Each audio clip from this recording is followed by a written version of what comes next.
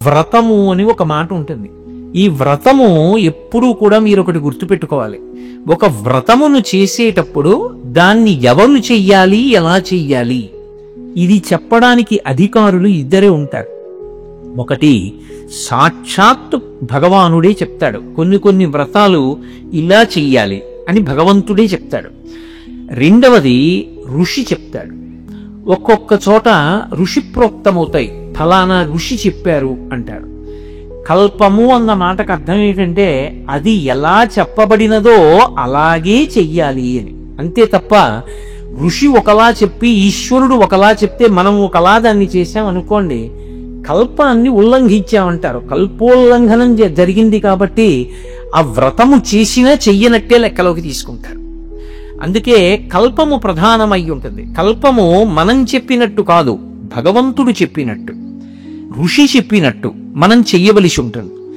శ్రావణ మాసం దక్షిణాయనంలో వచ్చేటటువంటి మాసములలో చాలా గొప్ప మాసం. ఎందుచేత అంటే ఈ శ్రావణ మాసం లక్ష్మీప్రదం. లక్ష్మి కావాలి అని కోరుకోని వాడు లోకంలో ఎవరుంటాడు?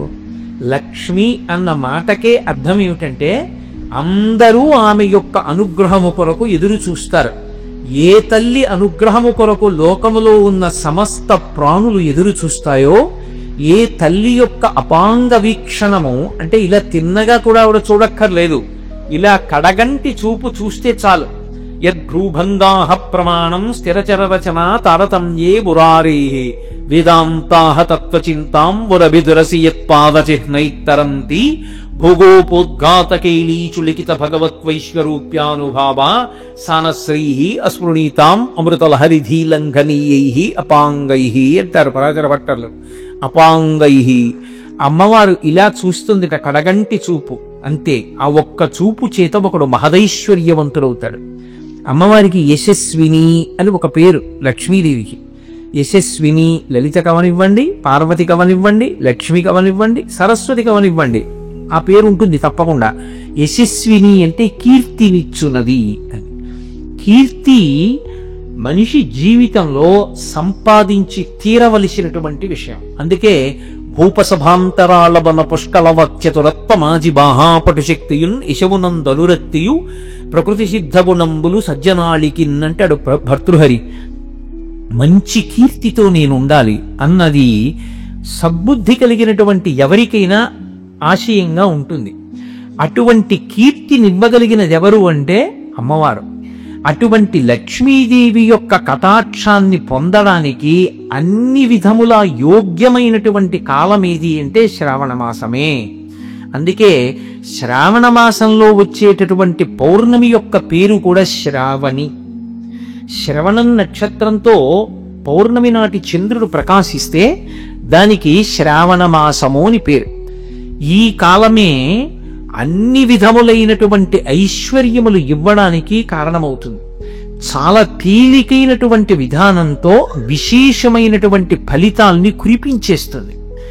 ఈ కాలమే ప్రధానముగా సౌభాగ్యాన్ని, సంతానాన్ని కాపాడుకోవడానికి యోగ్యమైనటువంటి కాలమై ఉంటుంది.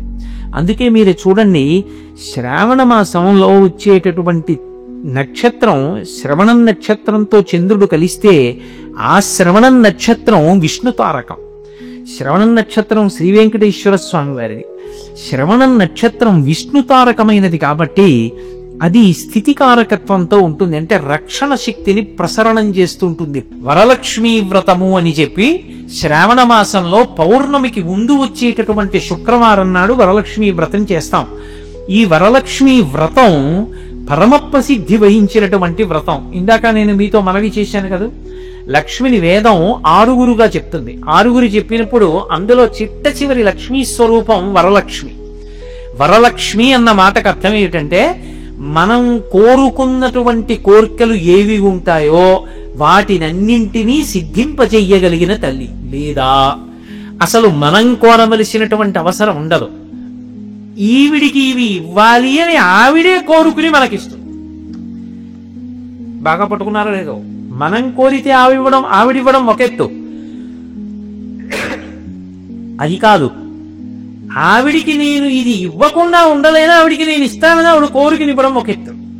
ఆవిడ కోరి కోరి ఇస్తుంది. అలా కూడా ఇస్తుంది, అందుకే వరలక్ష్మి అయింది. వరాన్ని తనంత తాను ప్రదానం చేస్తుంది. అలా ఈప్సితములను ఈడేర్చగలిగినటువంటి లక్ష్మీ స్వరూపం వరలక్ష్మి అయితే ఆ వరలక్ష్మిని ఉపాసన చేస్తారు. ఆవిడ్ని ఎలా ఉపాసన చెయ్యాలి అంటే, నేను నా ఉపన్యాస ప్రారంభంలో మీతో కల్పము అన్న మాట గురించి ప్రస్తావించాను. కల్పము అని ఒక మాట ఉంటుంది. ఒక పూజ ఎలా చెయ్యాలి, ఒక వ్రతం ఎలా చెయ్యాలి అంటే, నేను చెప్పాను లేకపోతే ఎవరో చెప్పారు అని ఉండదు. దేని బట్టి ఉంటుంది అంటే, ఋషి చెప్పాడా దేవత చెప్పిందా, భగవంతుడు చెప్పాడా ఋషి చెప్పాడా, వీళ్ళిద్దరిలో ఎవరో చెప్తారు. వాళ్ళిద్దరూ కాకుండా చెప్పడం సాధారణంగా ఉండదు.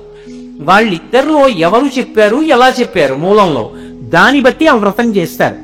భవిష్యోత్తర పురాణంలో ఉంది వరలక్ష్మి వ్రతకల్పం గురించి. అందులో అసలు ఒక మాట చెప్తారు. అసలు మీరు ఎప్పుడైనా ఒక విషయం జ్ఞాపకం పెట్టుకోండి, ఒక వ్రతం చెయ్యాలన్నా, ఒక నోము చెయ్యాలన్నా దానికి కొన్ని నియమాలు ఉంటాయి. పెళ్లి కావలసినటువంటి పిల్ల చేసింది అనుకోండి, అది పెళ్ళైన వాళ్ళు చెయ్యరు అని గుర్తు. ఒక అట్ల తద్ది నోము ఉందనుకోండి, ఒక ఉండ్రాళ్ళ తద్ది నోము ఉందనుకోండి, పెళ్లి కావలసిన పిల్ల చేస్తుంది. నాకు ఉత్తముడైన భర్త రావాలి అని చేస్తుంది. అప్పుడు సిద్ధించడానికి మార్గం ఏమిటంటే తల్లిదండ్రులకు నమస్కారం చేసి చెయ్యాలి. అలాగే పెళ్ళైపోయిన ఆడది చేసేటటువంటివి కొన్ని ఉంటాయి. అవి దేని కొరకు చేస్తారు అంటే, ఇక ఉత్తముడైన భర్త రావడం అన్న మాట లేదు, అంతకు ముందు చేసేసింది, అందుకే వచ్చాడు ఉత్తముడైన భర్త. ఇప్పుడు దేని కొరకు అంటే, భర్త సంతోషంగా ఉండాలి, పిల్లలు సంతోషంగా ఉండాలి, తన తల్లిదండ్రులు సంతోషంగా ఉండాలి, తన అన్నదమ్ములు సంతోషంగా ఉండాలి, తన అత్తమామలు సంతోషంగా ఉండాలి. మరి తనకింక వేరే సంతోషం లేదు, వాళ్ళ సంతోషమే తన సంతోషం. అందుకే ఈ దేశంలో ఆడదాని జీవితం అంతా పవిత్రంగా ఉంటుంది కాబట్టి ఆడవారి వలన నెలకి ఒక వర్షం పడుతుంది అన్నారు. శ్రావణ మాసంలో వర్షాలు ఎందుకు పడతాయో తెలుసా? ఈ వ్రతాలు జరుగుతాయి కనుకనే, ఈ పేరంటాలు జరుగుతాయి కాబట్టే, అంతమంది సువాసినులు గౌరవింపబడతాయి కాబట్టే సమృద్ధిగా ఇప్పటికీ వర్షాలు పడుతున్నాయి. కాబట్టి ఎలా చెయ్యాలి అన్నది అసలు ముందు కథ చదవాలి. నేను మీతో ఇలా చెప్పాను అని మరోలా మనసులో భావన చేయకండి. నీ మోహన్ నువ్వంటే ఇవాళ చెప్తున్నా, ఎప్పటి నుంచో చేస్తున్నాం వ్రతం అని మీరు అంటే నేనేం చిన్నబుచ్చుకోను, నేనేం కాదనను. కానీ నా ప్రతిపాదనని వినండి. వరలక్ష్మీ వ్రతం చెయ్యడానికి ఒక 4 రోజులు ముందే అసలు వరలక్ష్మీ వ్రతానికి సంబంధించిన కథ చదవాలి. ఎప్పుడైనా సరే వ్రతకల్పానికి సంబంధించిన కథ చదవడానికి మీరు వ్రతం చేసి చదవాలని నియమం ఏమి ఉండదు. ముందు జాగ్రత్త చర్యగా కథ చదువుతారు. ఎందుకో తెలుసా? కథ చదివితే తప్ప అసలు వ్రతంలో దోషం రాకుండా ఉండదు. వ్రతంలో దోషం రాకుండా ఉండాలి అంటే ముందు వ్రత కథ చదవాలి, లేకపోతే సరిగ్గా నడవదది. నేను మీకు ఒక ఉదాహరణ చెప్తా.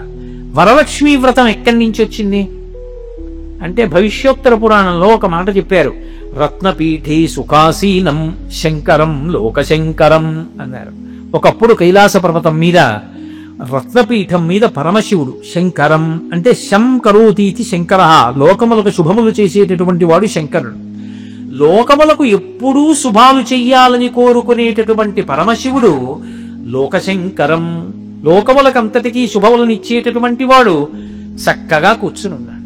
సుఖాసీనం, సుఖాసీనం అంటే ఏదో ఒత్తిడిలోనో ఎవరితో మాట్లాడుతూనో ఎవరినో కలుసుకునో లేడు. సర్వజ్ఞుడు, ఆయనకి తెలియనివేందు.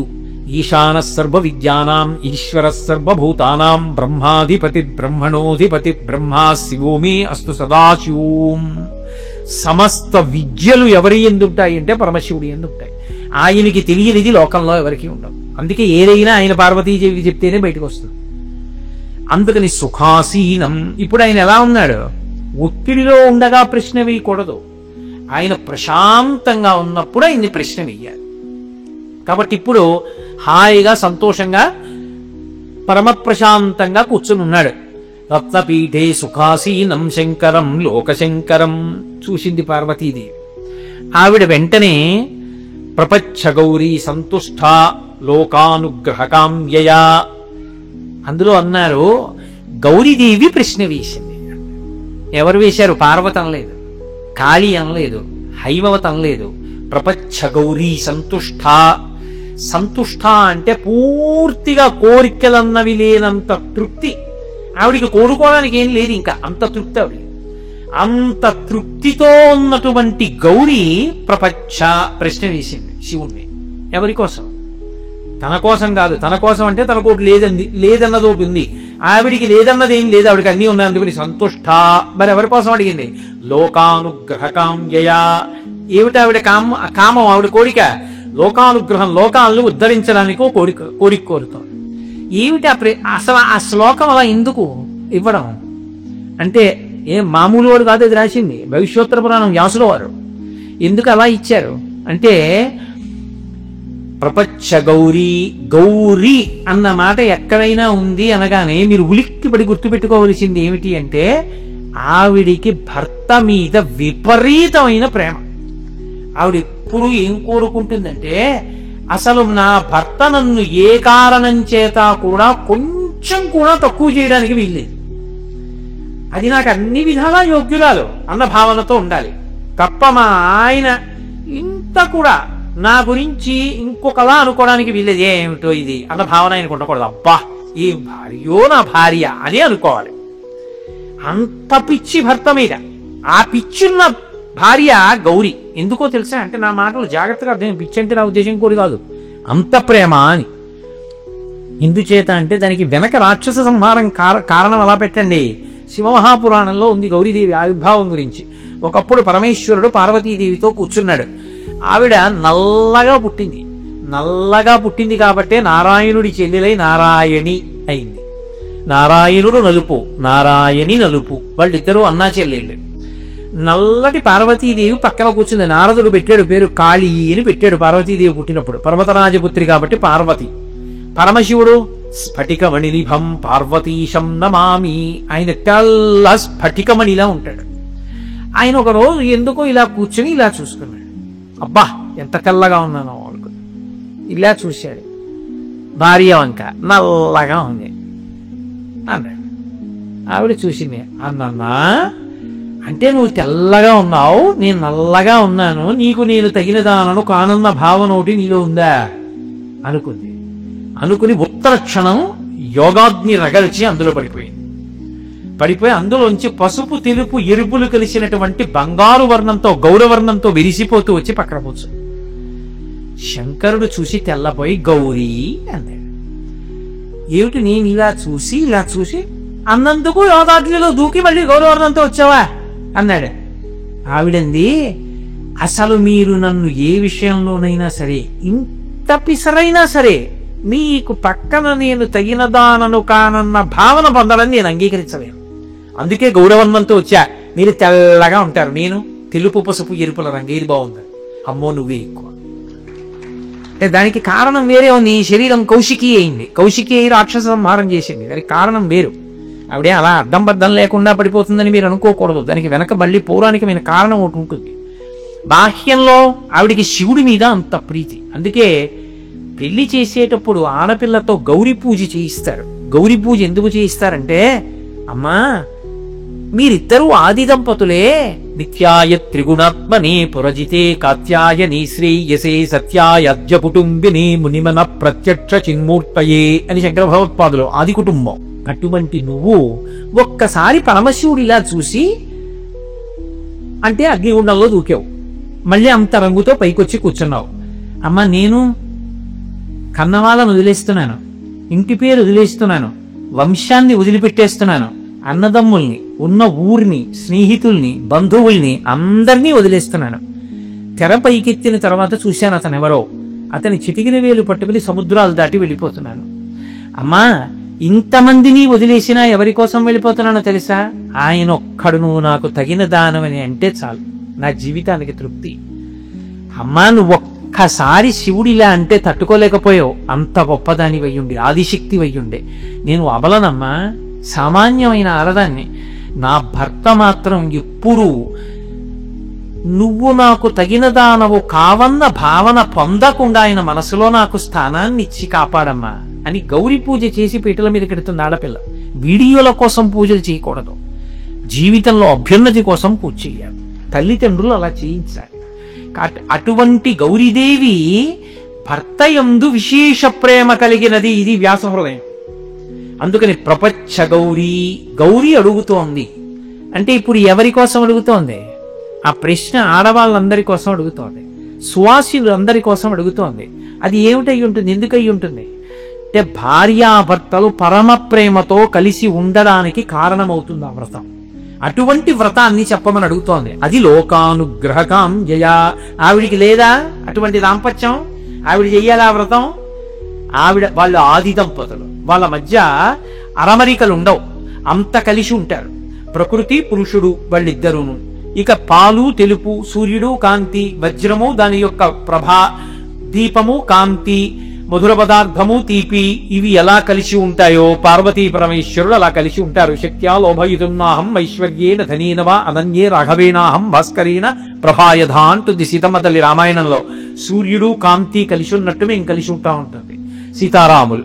పార్వతీ పరమేశ్వరులు అలాగే ఉంటారు. మరి ఎందుకు ఆవిడ అడగడం ఆ ప్రశ్న అంటే సంతుష్ట, ఆవిడికి లేదని అడగలేదు, ఆవిడ పరమతృప్తితో కూడుకున్నది. అసలు పార్వతీదేవి యొక్క లక్షణం అది. ఆవిడ ప్రశ్న వేస్తోంది. ప్రశ్న ఆవిడ కోసం కాదు, లోకానుగ్రహకాం యయా, లోకం కోసం అడిగింది. ఏమని అడిగింది అంటే యద్వ్రతం పావనం స్త్రీణాం పుత్ర సంపత్ ప్రదాయకం అంది. ఆవిడంది, ఓ శివ, లోకంలో ఉండేటటువంటి స్త్రీలు అంటే సువాసినులు ఏ వ్రతం చెయ్యాలి, ఏ వ్రతం చేస్తే వాళ్ళందరికీ కూడా సంతానము కలుగుట, సంపద కలుగుట, ఈ రెండూ జరుగుతాయి. ఏ వ్రతం అసలు సువాసినులైన వాళ్ళందరూ చెయ్యాలి, దయచేసి నాకు చెప్పవలసింది అంది. అంటే ఆవిడికి చెప్పడంగా లోకానికంతటికీ అది ప్రచారం కావాలి, లోకం అంతా అనుగ్రహాన్ని పొందాలి, ఆ వ్రతం చేసి అందరూ కూడా అటువంటి అదృష్టాన్ని అందుకోవాలి. అది ఆవిడ హృదయం జగన్మాతగా. అందుకని ఆవిడ అడిగింది పరమశివుణ్ణి. ఆయన అన్నాడు, పార్వతి, నువ్వు అడిగినటువంటిది చాలా ఉత్తమమైనటువంటి ప్రశ్న. వ్రతానాముత్తమం నామ సర్వ సౌభాగ్య కారణం. ఆయన మొట్టమొదటి ఆవిడ హృదయాన్ని గమనించి ఆయన అన్నాడు, ఏ వ్రతమాచరించినటువంటి కారణము చేత సౌభాగ్యము చెక్కు చెదవదో. సౌభాగ్యం అంటే ఐదవతనం అంటే 5 ధరించడానికి అధికారమును పొంది ఉండడం. ఏమిటవి? మంగళసూత్రం, చేతులకు గాజులు, కాళ్ళకి మంజీరములు, కొప్పులో పువ్వులు, పాపట తిలకధారణ, ఇలాంటి 5వతనానికి సంబంధించినటువంటి విశేషములు ధరించడానికి అధికారములు పొంది ఉండేటటువంటి స్థితి కోల్పోకుండా బతికున్నంత కాలం పసుపు కుంకాలతో ఉండడానికి ఈ వ్రతము ఆధారమై ఉన్నది. సర్వ సౌభాగ్య కారణం. ఇది సర్వ సంపత్కరం శీఘ్రం పుత్రపౌత్ర ప్రవర్ధనం. ఈ వ్రతాన్ని ఆడవాళ్లు చేసినటువంటి కారణం చేత ఏమవుతుందంటే భర్తకి ఆయువు నిలబడుతుంది. 2, ఇది సమస్తమైనటువంటి సంపదలు కలగడానికి కారణమవుతుంది. 3, పుత్ర పౌత్ర ప్రవర్ధనం. మాటలో అందం మీరు గమనించాలి. పుత్ర, ఒక వయస్సులో కొడుకుని కోరుకుంటాడు, వంశాభివృద్ధి జరగాలి కాబట్టి. కూతురు వద్దని అందరూ, కూతురు ఉండాలి, లేకపోతే 2 వంశాలు ఎలా తరిస్తాయి? దశ పూర్వేషాం దశాపరేషాం, 10 తరాలటు 10 తరాలిటు ఎలా తరిస్తాయి కన్యాదానం చేయకపోతే? ఆడపిల్ల ఉండాలి, కానీ తన వంశం నిలబడడానికి కొడుకు ఉండాలి. కాబట్టి పుత్ర పౌత్ర ప్రవర్ధనం. ఒక వయస్సులో కొడుకు ఉండాలని కోరుకోవాలి. 70 ఏళ్ళు వచ్చిన ఆవిడ కూడా చేసుకునేటప్పుడు పుత్రులు కావాలని ఎందుకు చేస్తుంది? పౌత్ర ప్రవర్ధనం అంటే మనవలు కావాలని చేస్తుంది. అప్పుడు మనవలు కావాలి, ఇంకా పెద్దదైతే మునిమనవలు కావాలి, ఇంకా పెద్దదైతే ఇనుమనవలు కావాలి. అన్నిటికన్నా ముందే ఏం కావాలి? సౌభాగ్యం కావాలి. సౌభాగ్యాన్ని, సంపత్తిని పుత్ర పౌత్ర ప్రవర్ధనము చెయ్యగలిగినటువంటిది. అంటే బాగా జ్ఞాపకం పెట్టుకోండి, ఓ శ్లోకం ఉంటుంది, త్రితలం త్రిగుణాకారం త్రినేత్రం చ త్రియాయుషం త్రిజన్మ పాప సంహారం ఏకబిల్వం శివార్పణం అని. ఒక్క బిల్వాన్ని శివుడి మీద వేస్తే త్రియాయుషం, 3 ఆయుర్దాయాలు చూస్తాడని. ఏమిటి ఆయుర్దాయాలు అంటే? బాల్యము, కౌమారము, యవ్వనము, 3టిని చూస్తాడు. త్రియాయుషం అంటే ఏ ఆయుషంలో నిలబడ్డాడు ఇప్పుడు? వార్ధక్యం అంటే అపమృత్యు దోషం లేకుండా నువ్వు వృద్ధులవైపోయే వరకు ఆరోగ్యంతో బతికుండడానికి కారణం ఒక్క మారేడు దళం శివుడి మీద వేయడం. అలా పుత్ర పౌత్ర ప్రవర్ధనం అంటే కొడుకు పుడతాడు కొత్తగా పెళ్ళైన పిల్లకి, ఆ వ్రతం అలా చేస్తే విడతా కొడుకు పుట్టించాడు కదండి వ్రతం ఎందుకు అనకూడదు. ఆ పిల్లవాడు పెద్దవాడు అవుతాడు, ఆ పిల్లవాడు యశోవంతుడు అవుతాడు, ఆ పిల్లవాడు మంచి ఉద్యోగం సంపాదిస్తాడు, కోడలు వస్తుంది. ఇన్నాళ్ళు వరలక్ష్మి వ్రతం చేసిన ఫలితం ఏమిటో తెలుసా? నువ్వు ఒక శ్రావణ శుక్రవారం నాడు శ్రావణ పట్టి పట్టుకుని వెళ్ళి కోడలకి ఇస్తావు, ఇచ్చి కోడలతో వరలక్ష్మి వ్రతం చేయిస్తావు పెద్దరికతో. అప్పుడు కూడా పక్కన కూర్చొని చేసుకుంటుంది అత్తగారు. చేసుకుంటే పౌత్ర ప్రవర్తనం, ఆ తర్వాత కొడుక్కి కొడుకు పుడతాడు, మనవణ్ణి చూస్తావు, తర్వాత ముని మనవణ్ణి చూస్తావు. ఇన్ని ఇవ్వగలిగినది ఏదో తెలుసా పార్వతి? అదే వరలక్ష్మి వ్రతం నామ వ్రతమస్తి మనోహరం. వరలక్ష్మీ వ్రతం అనబడేటటువంటి ఈ వ్రతం ఉన్నదే, ఇది పరమ మనోహరమైనటువంటి వ్రతం. చాలా అందంగా ఉంటుంది పార్వతి, ఏ కఠినంగా ఏం ఉండదు. అది చేయడం ఏదో కష్టంతో కూడుకున్నది కాదు. అసలు ఆ వ్రతం వస్తోంది అంటే ఆ వ్రతం చెయ్యడానికి ముందు నుంచి పూర్వాంగం, అంటే శుక్రవారం నాడు వ్రతం చేసుకోవాలి అంటే గురువారం నుంచి చేసే పనులన్నీ ఎంత సంతోషదాయకంగా ఉంటాయో తెలుసా? మనోహరం. చేసుకునే వాళ్ళకి కాదు, ఇంట్లో చూసే వాళ్ళకి సంతోషంగా ఉంటాయి. ఎంత ఆనందంగా ఉంటుందో వరలక్ష్మి వ్రతం పార్వతి. అంటే మీరు ఇక్కడ ఒక్కటి గమనించండి, ఏమండి నేనేమో మంచి వ్రతం ఏమిటి ఆడవాళ్ళందరూ అభ్యున్నతి పొందడానికని అడిగానా? అడిగింది నేనా? నేను పనికి రాలేదా? నా వ్రతం ఏమీ లేదా? లక్ష్మీదేవి వ్రతమే చెప్పాలా మీరు? విష్ణుమూర్తి బెల్లం పనికొచ్చిందా అని పార్వతీదేవి అందా? అనదు. ఎందుకో తెలుసా? తత్వతః వాళ్ళందరూ ఒకటే. లక్ష్మీ పార్వతీ సరస్వతి నుండవు. గీర్దేవతేతి గరుడధ్వజ సుందరీతి శాకాంబరీతి శిశిశేఖర వల్లభేతి సృష్టి స్థితి ప్రళయ కీలిషు సంస్థితాయై తస్మై నమస్త్రిభువనైక గురోస్తరుణ్యై అన్నారు శంకరాచార్యుల వారు కనకధారాస్తవంలో. అమ్మా నువ్వే పార్వతి, నువ్వే లక్ష్మి, నువ్వే సరస్వతి, నువ్వే శాకాంబరి అన్నారు. ప్రత్యక్షమైంది. శంకరుడు చెప్పింది అబద్ధం అయితే లక్ష్మీదేవి ఎందుకు ప్రత్యక్షం అవుతుంది? ఆ తల్లియే మీకు చదువివ్వాలని అడిగితే తెల్లబట్ట కట్టుకొస్తుంది, ఆ తల్లి శక్తి కావాలని అడిగితే ఎర్రబట్ట కట్టుకొస్తుంది, ఆ తల్లి డబ్బు కావాలంటే పచ్చబట్ట కట్టుకొస్తుంది. అలా ఎప్పుడూ ఆవిడ పరదేవత, కానీ ఆవిడ కట్టుకున్న బట్ట బట్టి మనకిచ్చే కోరికలు ఉంటాయి. అటువంటి తల్లి వరలక్ష్మి గురించి చెప్తున్నాడు. పరమశివుడు అంటే పార్వతి గురించి చెప్పట్లేదు అనేది అని అర్థం కాదు, వాళ్ళందరూ ఒకటే.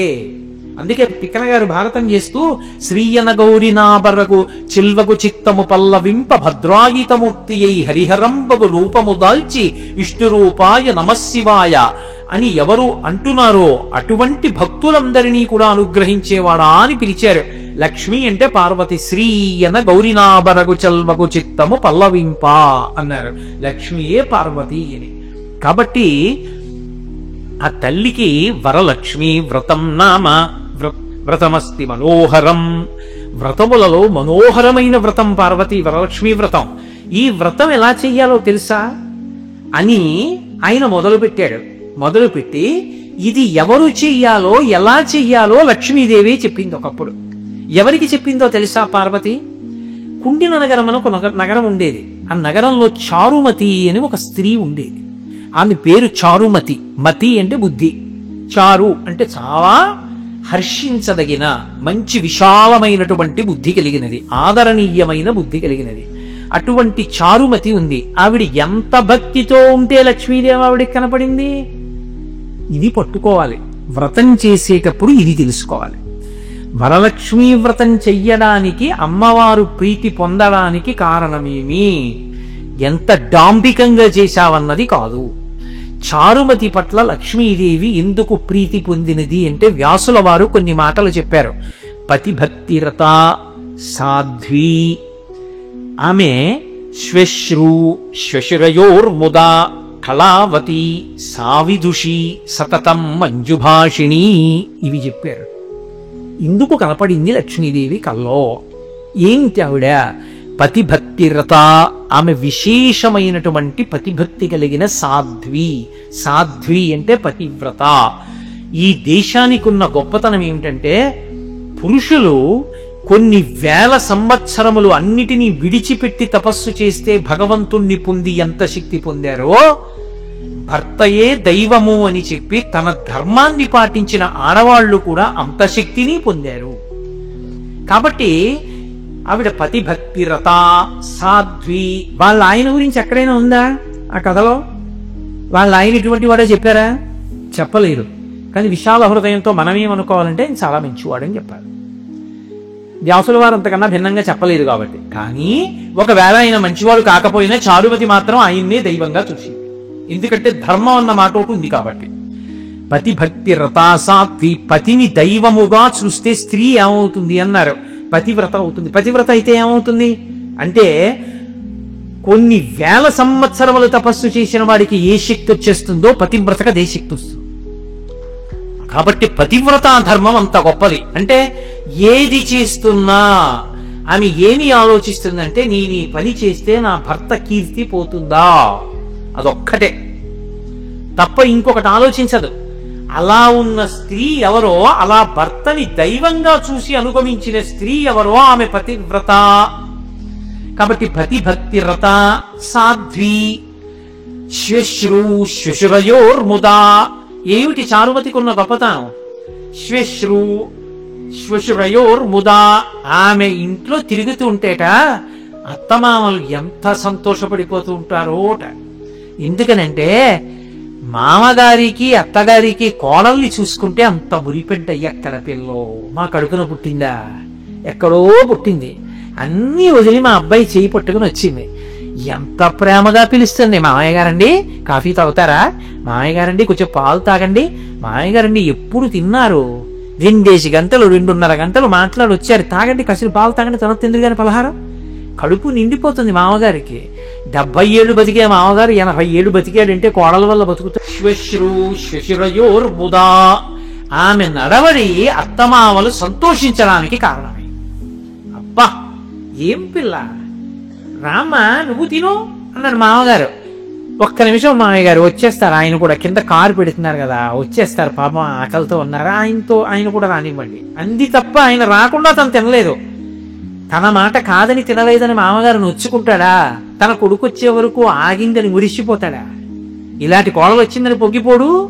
ముదా అత్తమామల యొక్క సంతోషం ఆ కోడలి యొక్క ప్రవర్తన. అంత మంచి నడవడి కలిగిన పిల్ల అమ్మాయి.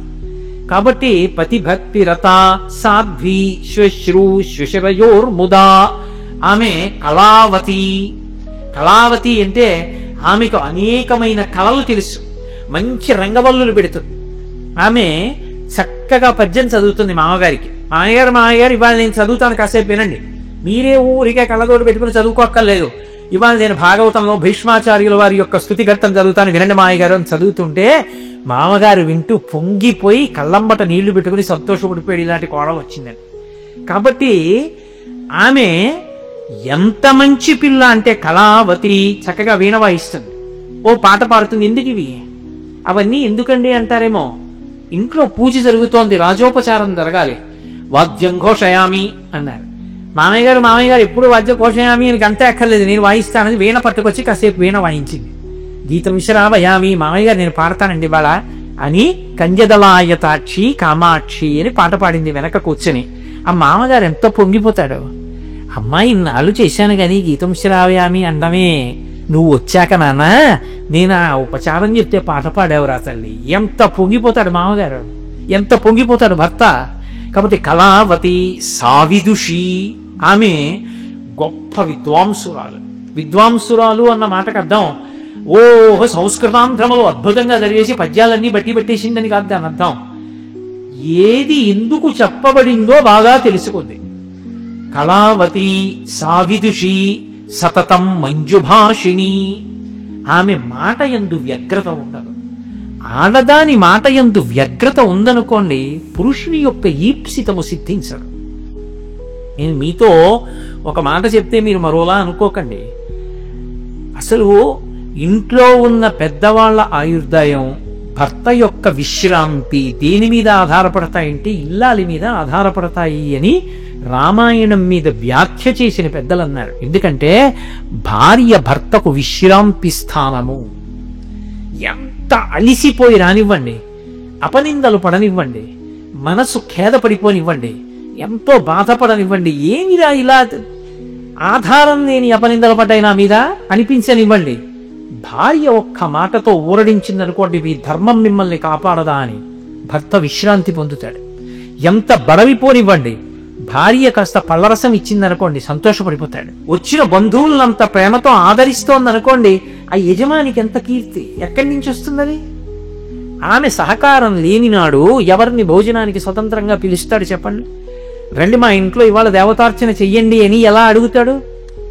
మీ ఇష్టం వచ్చినట్టు చెప్తే ఎవరు చేస్తారండి ఇక్కడ అందనుకోండి, ఏమని పిలుస్తాడు? పిలవలేడు. కాబట్టి మాట యందు మంచితనం.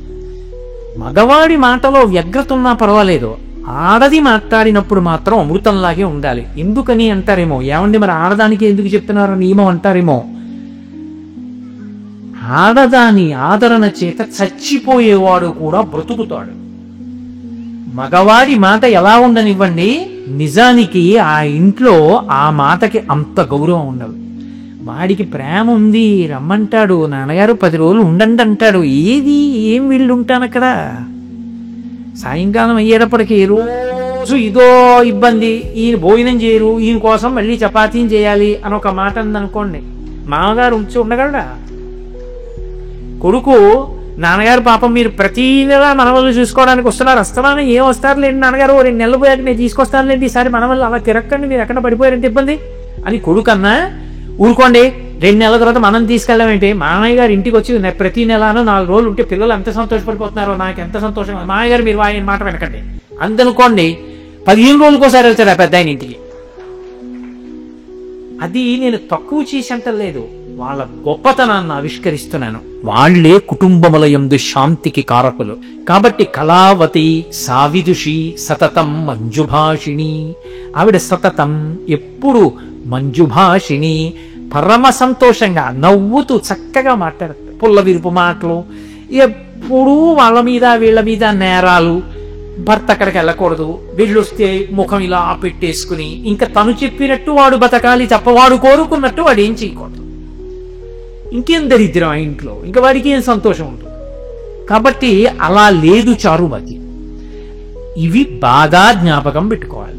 లక్ష్మీదేవి దీని చేత ప్రసన్నురాలైనది, ఈ కారణముల చేత ప్రసన్నురాలైనది. అయి తస్యాహ, ఈ కారణముల చేత ప్రసన్న చిత్తాయాహ లక్ష్మీ స్వప్నగతా తదా, ఎంతో ప్రీతి చెందింది ఆవిడ. అందరినీ చూస్తూ ఉంటుంది. ఈవిడ్ని ఒకరికి ఇల్లాలని చేశాను, పసుపు కుంకాలు ఇచ్చాను, కీర్తినిచ్చాను, లక్ష్మీని చేశాను. ఇటువంటి ఆవిడ ఎంత బాగా ప్రవర్తిస్తోందిరా, ఒక ఆడది ఎలా ప్రవర్తించాలో అలా ప్రవర్తిస్తోంది. అటువంటి ఆమె కాబట్టి ఆమె యొక్క గుణములు చూసింది. తస్యా ప్రసన్న చిత్తాయా, ఎంతో సంతోషపడిపోయింది లక్ష్మీదేవి. సంతోషపడి లక్ష్మీ స్వప్నగత తదా, ఆమె యొక్క కలలోకి వెళ్ళింది. చారుమతి కలలోకి వెళ్ళి, ఓ చారుమతి నేను వరలక్ష్మిని అంది. లేకపోతే ఆవిడెవరు? స్వప్నంలో ఉంది కదా, స్వప్నం దృఢంగా ఉంచుకోగలిగిన స్థితి కాదు, నేనే వరలక్ష్మిని అని పరిచయం చేసుకుంది ఆవిడ. పైనుంచి కిందకి, కింద నుంచి పైకి చూసింది. స్వప్నావస్థలో చారుమతి చూసి స్తోత్రం చేసింది లక్ష్మీదేవి. అమ్మా ఎంత గొప్పదానివమ్మా, నారాయణ ప్రియేదేవి, నారాయణుని యొక్క ప్రియమైన ఇల్లాలివి, లోకములకంతటికి తల్లివి, అమ్మా నీకు నమస్కారం అని 2 చేతులెత్తి నమస్కరించింది. నమస్కరిస్తే లక్ష్మీదేవి చారుమతికి చెప్పింది, చారుమతి నువ్వు ఒక వ్రతం చెయ్యాలి. ఆ వ్రతము నువ్వు చేసిన కారణం చేత ఏమిటి ఆవిడ ఉద్దేశం? లోకమంతా చేస్తుంది. ఇప్పుడు వ్రతం చేయడానికి అసలు అర్హత ఏమిటి? మొదటిది సువాసినిత్వం, 2 అటువంటి గుణములను ప్రయత్నపూర్వకంగా అలవాటు చేసుకోవడం. ఇప్పుడు ఆమె వ్రతం చెయ్యాలి. ఎప్పుడు చెయ్యాలి వరలక్ష్మి వ్రతం? ఎలా చెయ్యాలి? సాక్షాత్తు లక్ష్మీదేవి చెప్పింది. ఈ వ్రతం చేసినప్పుడు ఏం చెయ్యాలంటే, ఇంటికి ఈశాన్య భాగవనందు లేదా ఉత్తర దిక్కునందు ఆవు పేడతో అలకాలి. ఇది అత్యంత ప్రధానం.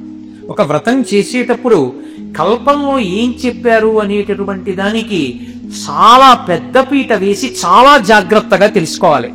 అది నేను అందుకే 3 రోజుల ముందు కథ చదవండి అన్నాను. ఎందుచేత? నేనేం పక్షపాత బుద్ధితో అనలేదు ఆ మాట. కథ చదవకపోతే అసలు వ్రతం చేసే విధానం తెలియదు సరిగ్గా. మీరు మీ ఇల్లు అయినా కూడా మనం ఆ ఇంట్లో తిరగకుండా ఎలా ఉంటాం? ప్రతి అంగుళం మనం కాలుతో తొక్కుతాం. పైగా మనం తిరిగినప్పుడు పవిత్రమైనటువంటి స్థితిలో ఉండొచ్చు, ఉండకపోవచ్చు. అక్కడ ఎంతో ధూళి పడుతుంది. అనేకమైన పురుగులు పాకుతాయి, అక్కడ మలమూత్రాలు విసర్జిస్తాయి. చీపురుతో తుడిచినంత మాత్రాన, నీటితో కడిగినంత మాత్రాన ఆ అపరిశుభ్రత అంతా పోయి భగవంతుడు వచ్చి కూర్చోడానికి కావలసినంత యోగ్యత భూమికి సిద్ధించదు. మీరు ఇంటికి ఈశాన్య దిక్కున కానీ ఉత్తర దిక్కున కానీ అలకకపోతే అసలు అది భూమికి తగలగానే అందుకోదు. ఎందుకో తెలుసా? ఒక రాగి తీగలోకి విద్యుత్ వెళ్ళిందనుకోండి, ప్రవహిస్తుంది. నీళ్లలోకి విద్యుత్తును వదిలేదనుకోండి, ప్రవహిస్తుంది. ఓ కొయ్య ముక్క మీదకి విద్యుత్ తీగ పెట్టాను అనుకోండి, ప్రవహించదు. రబ్బర్ తొడుగు మీదకి విద్యుత్ తీగని పెట్టాను అనుకోండి, ప్రవహించదు. పాదరసం బంగారం మీద పడింది అనుకోండి, తినేస్తుంది. పాదరసం నేల మీద పడింది అనుకోండి, నేలని తినలేదు. ఒక్కొక్క పదార్థంతో కలిస్తే అది దాన్ని అందుకుంటుంది, ఒక్కొక్కటి అందుకోదు. నేలకి అపవిత్రత ఉందనుకోండి, వస్త్రము తండుల రాశి భగవంతుడు వచ్చి కూర్చోడానికి ఆనుకూల్యతనివ్వవు. దాన్ని శుద్ధి చెయ్యాలి అంటే ఒకే ఒక్క పదార్థముతో శుద్ధి చెయ్యకుండా వ్రతకల్పం మీరు చెయ్యలేరు. అందుకే లక్ష్మీదేవి ఆ వ్రతం ఎలా చెయ్యాలో అంత జాగ్రత్తగా చెప్పింది. ఎక్కడైతే ఆ కలశ స్థాపన చెయ్యాలని భావన చేశారో ఆ కలశ స్థాపన చేసేటటువంటి ప్రదేశాన్ని గోమయంతో శుద్ధి చేస్తారు. ఎందుచేత అంటే భూమి పవిత్రం కావాలి అంటే దానికి ఏకైక సాధనం ఏది అంటే ఒక్క గోమయంతో మాత్రమే శుద్ధి చెయ్యగలుగుతాం. ప్రపంచంలో 84 లక్షల జీవరాశులున్నాయి అని వేదం చెప్తోంది. 84 లక్షల జీవరాశులలో అన్నిటి యొక్క మలమూత్రములు దుర్వాసనతో కూడుకుని ఉంటాయి. కానీ ఒక్క గోవు యొక్క మలం మాత్రం ఎప్పుడు సువాసనతో కూడుకుని ఉంటుంది. పైగా మనకి ఏదైనా మహోత్కృష్టమైనటువంటి కార్యం చేసేటప్పుడు మనం పంచగవ్య ప్రాసనము అని చేస్తాం. పంచగవ్య ప్రాసనము అంటే ఆవు నుంచి స్రవించేటటువంటి 5 పదార్థములు. ఆవు పాలు తోడు పెట్టినప్పుడు వచ్చేటటువంటి పెరుగు, ఆ పెరుగు నుండి వచ్చినటువంటి నెయ్యి, గోవు యొక్క మూత్రము, గోవు యొక్క గోమయము అంటే గోవు యొక్క పేడ, ఈ 5టిని కలిపి సమంత్రకంగా నాలుక మీద ఉంచుతారు. అది మింగినంత మాత్రం చేత పాపములనబడేటటువంటి ఇంధనమునకు అగ్నిహోత్రంలా పనిచేసి లోపల ఉన్నటువంటి సమస్త పాపరాశి ధ్వంసం అవుతుంది అని. ఆ పాపరాశి ధ్వంసమైనటువంటి కారణం చేత ఉత్తమమైనటువంటి కర్మ చెయ్యడానికి కావలసినటువంటి అధికారాన్ని యజమాని పొందుతాడు. ఆవు నుండి స్రవించేటటువంటి పదార్థాలకి అంత శక్తి ఉంది. గోవుని పశువుగా భావన చెయ్యరు. గోవు సాక్షాత్ పరదేవతా స్వరూపం. అటువంటి పరదేవతా స్వరూపమైనటువంటి ఆ గోవు నుండి స్రవించేటటువంటి అన్ని పదార్థములు పరమ పవిత్రములే. ఆ గోమయంతో మొట్టమొదట ఎక్కడ కలశ స్థాపన చెయ్యాలనుకుంటున్నారో అక్కడ అలకాలి. అలా అలికితే తప్ప ఆ ప్రాంతమునందు ఎక్కడ కలశ స్థాపన చెయ్యాలని సంకల్పం చేశారో అక్కడ అసలు ఆ కలశలోకి దేవతాశక్తి ఆవాహన అయ్యేటటువంటి అవకాశం ఉండదు. అందుకని గోమయంతో భూశుద్ధి చేసి దాని మీద నూతన వస్త్రాన్ని పరుస్తారు. మనకి వేదంలో వస్త్రం గురించి చాలా విశేషంగా మాట్లాడతారు. అంచు లేనటువంటి బట్ట కట్టకూడదు, అంచు ఉన్నటువంటి బట్ట మాత్రమే కట్టుకోవాలి. ఎప్పుడైనా స్నానం చేసిన తరువాతైనా సరే ఒంటి నుంచి స్నానం చేసిన బట్టని కిందకి విడిచిపెట్టినప్పుడు దాన్ని కాల్తో పైకెత్తడం కానీ, విడిచిపెట్టిన బట్ట అయినా సరే దాన్ని పాదంతో తన్నడం కానీ చెయ్యకూడదు. ఎందుచేతనంటే దేవతలందరూ కూడా వస్త్రాన్ని ఆవహించి ఉంటారు. వేదంలో ఈ వస్త్రము యొక్క నిర్మాణ విధానము, ఆ వస్త్రమును దేవతలు ఎలా ఆవహించి ఉంటారు అన్న మాట గురించి మాట్లాడతారు. అందుకే వస్త్రానికి అంత ప్రత్యేకత.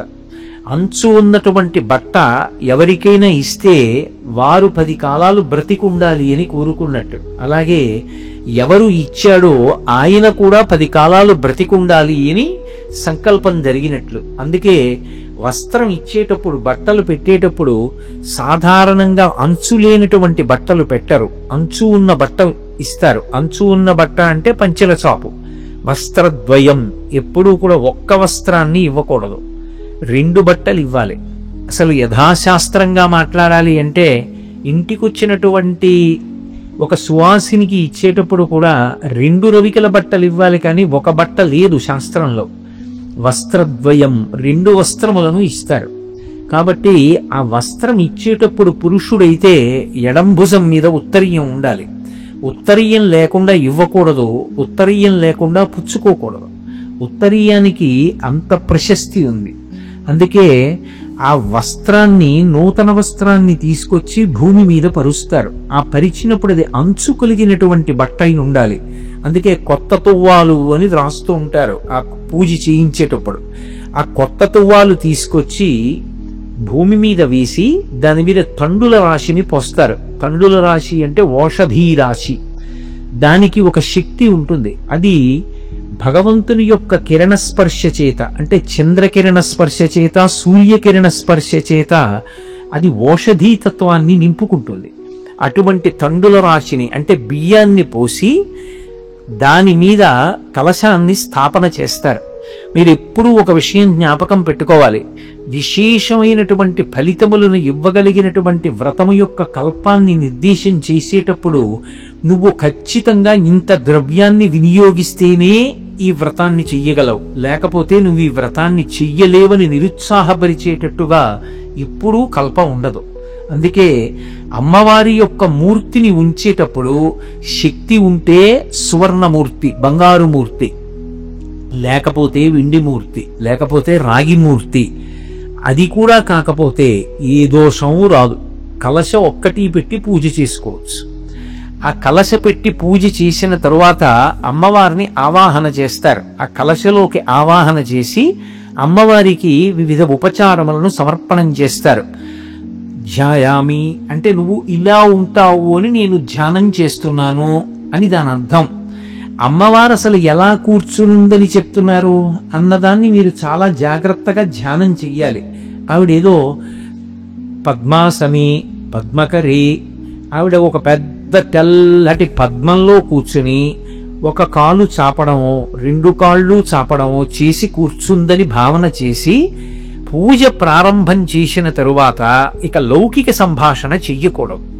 వ్రతభంగంబు అంటారు. వ్రతం చేస్తాను అని నీళ్లు ముట్టుకుంటారు. అంటే ఎప్పుడైనా ఒక కార్యక్రమాన్ని ప్రారంభం చేసేటప్పుడు, భగవత్ కార్యాన్ని మొదలుపెట్టేటప్పుడు మొట్టమొదట పూజ చేస్తున్నాను అని నీళ్లు ముట్టుకుంటారు. ఆ వ్రతం ప్రారంభం చేస్తున్నాను అని గుర్తు. దానికి ముందు దేశకాల సంకీర్తనం ఉంటుంది. నేను ఫలానా ప్రదేశంలో ఉన్నాను, ఏదో శ్రీశైలస్య వాయవ్య దిగ్భాగే అంటారులో ఉంది. మీరైతే శ్రీశైలస్య వాయవ్య దిగ్భాగే ఏదో సూర్యాపేట పట్టణే స్వగృహే సమస్త దేవతా బ్రాహ్మణ హరిహర సన్నిధౌ అస్మిన్ వర్తమాన వ్యవహారిక చాంద్రమాయనే శ్రీ విజయనామ సంవత్సరే దక్షిణాయనే వర్ష ఋతు శ్రావణమాసే శుక్లపక్షే అని భృగువాసరే పౌర్ణమి ముందొచ్చేటటువంటి శుక్రవారం కాబట్టి ఆ రోజు ఏ తిథి ఉంటే ఆ తిథి చెప్పి నాకు ఏ శక్తి ఉన్నదో, భగవంతుడు నాకు ఏ శక్తినిచ్చాడో, ఆ శక్తి వలన నేను ఏ సంభారములను సమకూర్చుకోగలిగానో సంభవ ద్రవ్యై సంభవదుపచారై, ఆయా ద్రవ్యముల చేత ఆయా ఉపచారముల చేత అమ్మా నిన్ను నేను పూజ చేస్తున్నాను అని సంకల్పం చేస్తారు. ఈ సంకల్పం చేసే ముందు వరలక్ష్మీ వ్రతంలో ఒక ప్రధానమైనటువంటి నియమం ఉంటుంది. నన్ను మీరు సహృదయంతో అర్థం చేసుకోవలసి ఉంటుంది. ఒక శాస్త్రాన్ని మాట్లాడేటప్పుడు అందరికన్నా గొప్పవాడెవరు అంటే భర్త. సీతమ్మ తల్లి రామాయణంలో ఒక మాట అంటుంది, దీనోవా రాజ్యహీనోవా యోమీ భర్తా సమీ గురు తం నిత్యమనురక్తాస్మి యథారూపాం సువర్చల అంటుంది. భర్త దీనుడు కానివ్వండి, రాజ్యహీనుడు కానివ్వండి, యోమే భర్త సమీ గురుహు. గురుహు అంటే గురువు అని కాదు దాని అర్థం. గురువు అంటే బరువు అని. విశిష్టమైనటువంటి వ్యక్తి, దైవం ఆయన. అటువంటి ఆయన యొక్క అనుమతిని తీసుకుని పీట మీద కూర్చోవాలి. ఎందుకంటే సాధారణంగా పెళ్ళైన తరువాత దంపతులుగా కూర్చుని చేస్తారు. ఆడవారు ఒక్కరూ కూర్చుని వ్రతం చేస్తున్నారు అంటే అలా కూర్చుని ముందు దానికి భర్త యొక్క అనుమతి ఉండాలి. ఆయనే కదండి అన్నీ తీసుకొచ్చారు, ఆయనే కదా వరలక్ష్మీ వ్రతం చేయించుకోమన్నారు, మళ్ళీ ఆయనకి నమస్కారం చేసి కూర్చోవడం ఏమిటండి అని అనుకోకూడదు. భర్తకి నమస్కారం చేసి భర్త చేత అక్షతలు వేయించుకుని కూర్చోవాలి. స్కాంద పురాణంలో దీనికి సంబంధించి ఒక విశేషాన్ని వివరించేటటువంటి ఒక ఉపాఖ్యానం ఉంది. ఒక మహారాజుకి 2 భార్యలు ఉండేవారు, పెద్ద భార్య చిన్న భార్య. ఇందులో ఇద్దరూ కూడా భక్తి తత్పరత కలిగినటువంటి వాళ్ళు, ఎప్పుడు భగవత్ సంబంధమైనటువంటి వ్రతములు చేస్తూ ఉండేవారు. పెద్ద భార్య ఏ వ్రతం చేసినా సరే ఆ వ్రతం చెయ్యడానికి పూర్వమే భర్తగారి పాదములకు నమస్కరించి ఆయన అనుమతిని పొంది అక్షతలు వేయించుకుని పీటల మీద కూర్చునేది. రెండవ ఆమె భర్తగారు చెప్తేనే కదా చేస్తున్నాం కాబట్టి ఆయనకి నమస్కరించకుండా కూర్చుని వ్రతం చేసేది. ఒకానొక సమయంలో హఠాత్తుగా ముగ్గురు ఏకకాలంలోనే శరీరం విడిచిపెట్టారు. ఒక ప్రత్యేక పరిస్థితిలో విడిచిపెడితే స్వర్గలోకం నుంచి వచ్చినటువంటి విమానం పెద్ద భార్యని మహారాజుని ఎక్కించుకుని వెళ్ళిపోతుంది. చిన్న భార్యని నరకానికి తీసుకెళ్తున్నారు. ఆవిడ గోలు పెడుతూ ఆవిడంది, ఆవిడ ఎన్ని నోములు నోచిందో ఎన్ని వ్రతాలు చేసిందో అన్నీ నేను చేశాను, నేను ఎందుకు నరకానికి తీసుకెళ్తున్నారని అడిగింది. నువ్వు చేసినటువంటి వ్రతములకు పూర్వము అసలు పూర్వాంగంగా భర్తకి నమస్కారం లేదు, ఆ భర్త యొక్క అనుమతి లేదు, ఆయన చేత అక్షతలు వేయించుకోలేదు, వేయించుకుని పీటల మీద కూర్చోలేదు. అందుకే ఆ వ్రతం చేసినా చెయ్యబడని వ్రతమే అవుతుంది. భర్త యొక్క అనుమతి అంత అవసరం. అలా ఉంటుందా అని మీరు అనుకోకండి. పరమేశ్వరుడు నిర్మాణం చేసినటువంటి వ్యవస్థలో పరమేశ్వర స్వరూపుడైనటువంటి భర్త యొక్క అనుమతి లేకుండా చేసిన వ్రతానికి ఫలితం వస్తుందని తీర్మానం చేస్తే అది వైదికం ఎలా అవుతుంది? కాబట్టి ఎవరికి ఇవ్వవలసినటువంటి గౌరవం, ఎవరికి ఇవ్వవలసినటువంటి స్థానం వారికి ఇచ్చిన నాడే గౌరవం అన్నది ఉంటుంది. ఆవిడ వరలక్ష్మి, ఆవిడేం చేస్తూ ఉంటుంది? ఆవిడ గురించి అసలు ప్రార్థన చేస్తే ఏం చెప్తాం? పీఠికలో నిత్యానపాయనీం నిరవద్యాం దేవదేవ దివ్యమహిషీం అఖిల జగన్మాతరం అస్మన్మాతరం అశరణ్య శరణ్యాం అనన్య శరణ శరణమహం ప్రపద్యే అని చెప్తాం. ఆవిడికి నిత్యానపాయని అని పేరు. నిత్యానపాయని అంటే ఆమె భర్తని విడిచిపెట్టి ఉండదు. భర్త గారు ఎప్పుడైనా ధర్మ సంరక్షణార్థం భూలోకంలో అవతార స్వీకారం చేస్తే ఆవిడ కూడా అవతార స్వీకారం చేసి వచ్చేస్తుంది. అందుకే పోతన గారు భాగవతం చేస్తూ అనఘ ఆదిలక్ష్మి అయిన రుక్మిణితోడ క్రీడ సల్పుచున్న కృష్ణు చూచి పట్టణంబులోని ప్రజలుల్లసిల్లిరి ప్రీతిలగుచు ముక్త భీతులగుచు అంటారు. విష్ణు భగవానుడు కృష్ణ పరమాత్మగా వస్తే ఆదిలక్ష్మి రుక్మిణీదేవిగా వచ్చేసింది. శ్రీరమ సీతగాగ నిజ సేవక బృందము వీర వైష్ణవాచార జనంబుగాగ విరజానది గౌతమిగాగ వికుంఠమున్నారయ భద్రశైల శిఖరక్రముగాగ వసించు చేతనోద్ధావకుడైన విష్ణుడవు దాశరథి కరుణాపయోనిధి అంటాడు గోపరాజు గారి దశరథి శతకంలో. శ్రీరమ సీతగాగ ఆ విష్ణు భగవానుడే రామచంద్రమూర్తిగా అవతార స్వీకారం చేస్తే ఆయన యొక్క శక్తి స్వరూపిణి అయినటువంటి ఆదిలక్ష్మి సీతామహాదేవిగా ఈ భూమండలం మీద అవతరించింది. ఆయన ఎప్పుడెప్పుడు అవతార స్వీకారం చేస్తే ఆవిడ అప్పుడప్పుడు అవతార స్వీకారం చేస్తుంది. ఆవిడ ఏం చేస్తూ ఉంటుంది భర్త దగ్గర అంటే, ఆవిడ ఎప్పుడూ చేసేది ఏది అంటే భర్త పాద సంవాహనం చేస్తూ ఉంటుంది, భర్త యొక్క పాదములు పడుతూ ఉంటుంది. అందుకే మనకి భాగవతంలో నవవిధ భక్తులు అని ఉన్నాయి. శ్రవణం కీర్తనం విష్ణోః స్మరణం పాదసేవనం అర్చనం వందనం దాస్యం సఖ్యం ఆత్మనివేదనం అని 9 రకాల భక్తులు. అంటే ఏ మార్గం ఒక్క మార్గాన్ని పట్టుకున్నా పరమేశ్వరుణ్ణే చేరుతారు. 9 మార్గాల్లోనూ వెళ్ళవలసిన అవసరం ఉండదు. ఇందులో ఒక్కొక్క మార్గాన్ని పట్టుకుని ఒక్కొక్కడు పరమేశ్వరుణ్ణి చేరిపోయాడు. శ్రవణం వినడం, పరీక్షిన్ మహారాజు గారు భాగవతాన్ని శ్రద్ధగా విన్నందుకు గాను పరమేశ్వరుణ్ణి చేరిపోయాడు. కీర్తనం, పరవశించి భగవత్ కథ చెప్పినందుకు సుఖమహర్షి భగవంతుణ్ణి చేరిపోయారు. శ్రవణం కీర్తనం విష్ణోః స్మరణం, ఎప్పుడూ భగవంతుణ్ణి తలుచుకోవడం. ప్రహ్లాదుడు ఏది చేస్తున్నా భగవంతుణ్ణి తలుచుకుని భగవంతుణ్ణి చేరిపోయాడు. కాబట్టి శ్రవణం కీర్తనం విష్ణోః స్మరణం పాదసేవనం, ఎప్పుడూ భగవంతుడి కాళ్ళొత్తడం అంటే లక్ష్మీదేవి. అర్చనం పృథుమహారాజు, వందనం అక్రూరుడు, దాస్యం హనుమ, సఖ్యం అర్జునుడు, ఆత్మనివేదనం బలిచక్రవర్తి. 9 భక్తులకి 9 మంది ఉదాహరణలు. అందులో లక్ష్మీదేవి ఎప్పుడు చూడండి ఆదిశేషుడి మీద శ్రీ మహావిష్ణువు పడుకుని ఉంటారు. ఆవిడెక్కడ ఉంటుంది? పక్కన పడుకుని కనపడదు. ఆయన పాదములెత్తుతూ కనపడుతుంది. ఆఖరికి మనం వెంకటేశ్వర స్వామి వారి సుప్రభాతం చెప్పినా కూడా ప్రపత్తి అని చెప్తాం. సుప్రభాతం అయిపోయాక ప్రపత్తిలో ఒక మాట అంటాం, లక్ష్మీ మహీత ధనురూప నిజానుభావ నీలాది దివ్య మహిషీకర పల్లవానాం ఆరుణ్య సంక్రమణ కిల సాంద్రవాగౌ శ్రీ వెంకటేశ చరణౌ శరణం ప్రపద్యే అంటాం. స్వామి, నీ యొక్క కాళ్ళు నల్లగా నీలమేఘశ్యాముడు కనుక మబ్బు పట్టి నీరు పట్టిన మబ్బులో ఉంటాయి. నీ పాదములు అలా చాపి ఉంటే నా తల్లి లక్ష్మీదేవి నీ పాదములు ఎత్తుతూ ఉంటుంది. అప్పుడు ఆవిడ 2 చేతులతో ఒత్తడం ఇష్టం లేక నీ 2 కాళ్ళు ఒత్తడం కోసమని ఆ తల్లే నీలాది దివ్య మహిషీకర పల్లవానాం, ఆమెయే నీలాదేవి, ఆమెయే భూదేవి, ఆమె శ్రీదేవిగా మారిపోయి ఆయన పాదములు ఒత్తుతూ ఉంటుంది. ఒత్తుతున్నప్పుడు అసలే కోమలంగా ఎర్ర తామర పూలలా ఉంటాయేమో, స్వామి పాదములను ఇలా ఒత్తుతున్నప్పుడు గట్టిగా నొక్కబడినటువంటి ఆ వేళ్ల మధ్యలోంచి ఎర్రటి కాంతులు పైకొచ్చి నల్లటి మొబ్బులో ఉన్న స్వామి పాదముల మీద పడుతూ ఉంటే నీలతోజద మధ్యస్థ విద్యుల్లేకే భువాస్వర అన్నట్టు నల్లటి మబ్బు మీద సౌదామిని ఒక మెరుపు తీగ వస్తే ఎలా ఉంటుందో అప్పుడు ఆ పాదములు అలా ఉంటాయి. శ్రీ వెంకటేశ చరణౌ శరణం ప్రపద్యే, అటువంటి నీ శ్రీచరణములను నేను శరణు చేస్తున్నాను అంటారు. అంటే శ్రీ మహావిష్ణువు ఎప్పుడూ లక్ష్మీదేవిని నా కాళ్ళ దగ్గర కూర్చుని కాళ్ళొత్తుతుండు అంటాడనుకుంటున్నారా మీరు? కాదు, ఆయన ఎప్పుడూ ఆ మాట చెప్పడు. పాదములను ఒత్తుట అన్న మాటకు అర్థం ఏమిటంటే భర్త యొక్క పాద సేవ చేసి భర్తను అనుగమించుట. ఆయన వినా ఇంకొకటి లేదు. ఆయన కీర్తి కన్నా నాకు జీవితంలో ఇంకొకటి అక్కర్లేదు. ఆయన సంతోషము నా సంతోషము.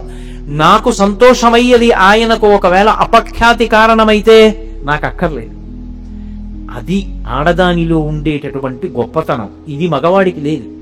అందుకే మగపిల్లవాడు పుడితే వాడు ఒక వంశాన్నే తరింపచేస్తాడు. వాడు మహాభక్తుడు ధర్మాత్ముడైతే ఏ వంశంలో పుట్టాడో ఆ వంశం తరిస్తుంది. కానీ ధర్మాత్మురాలైనటువంటి ఆడపిల్ల పుడితే 2 వంశాలు తరిస్తాయి.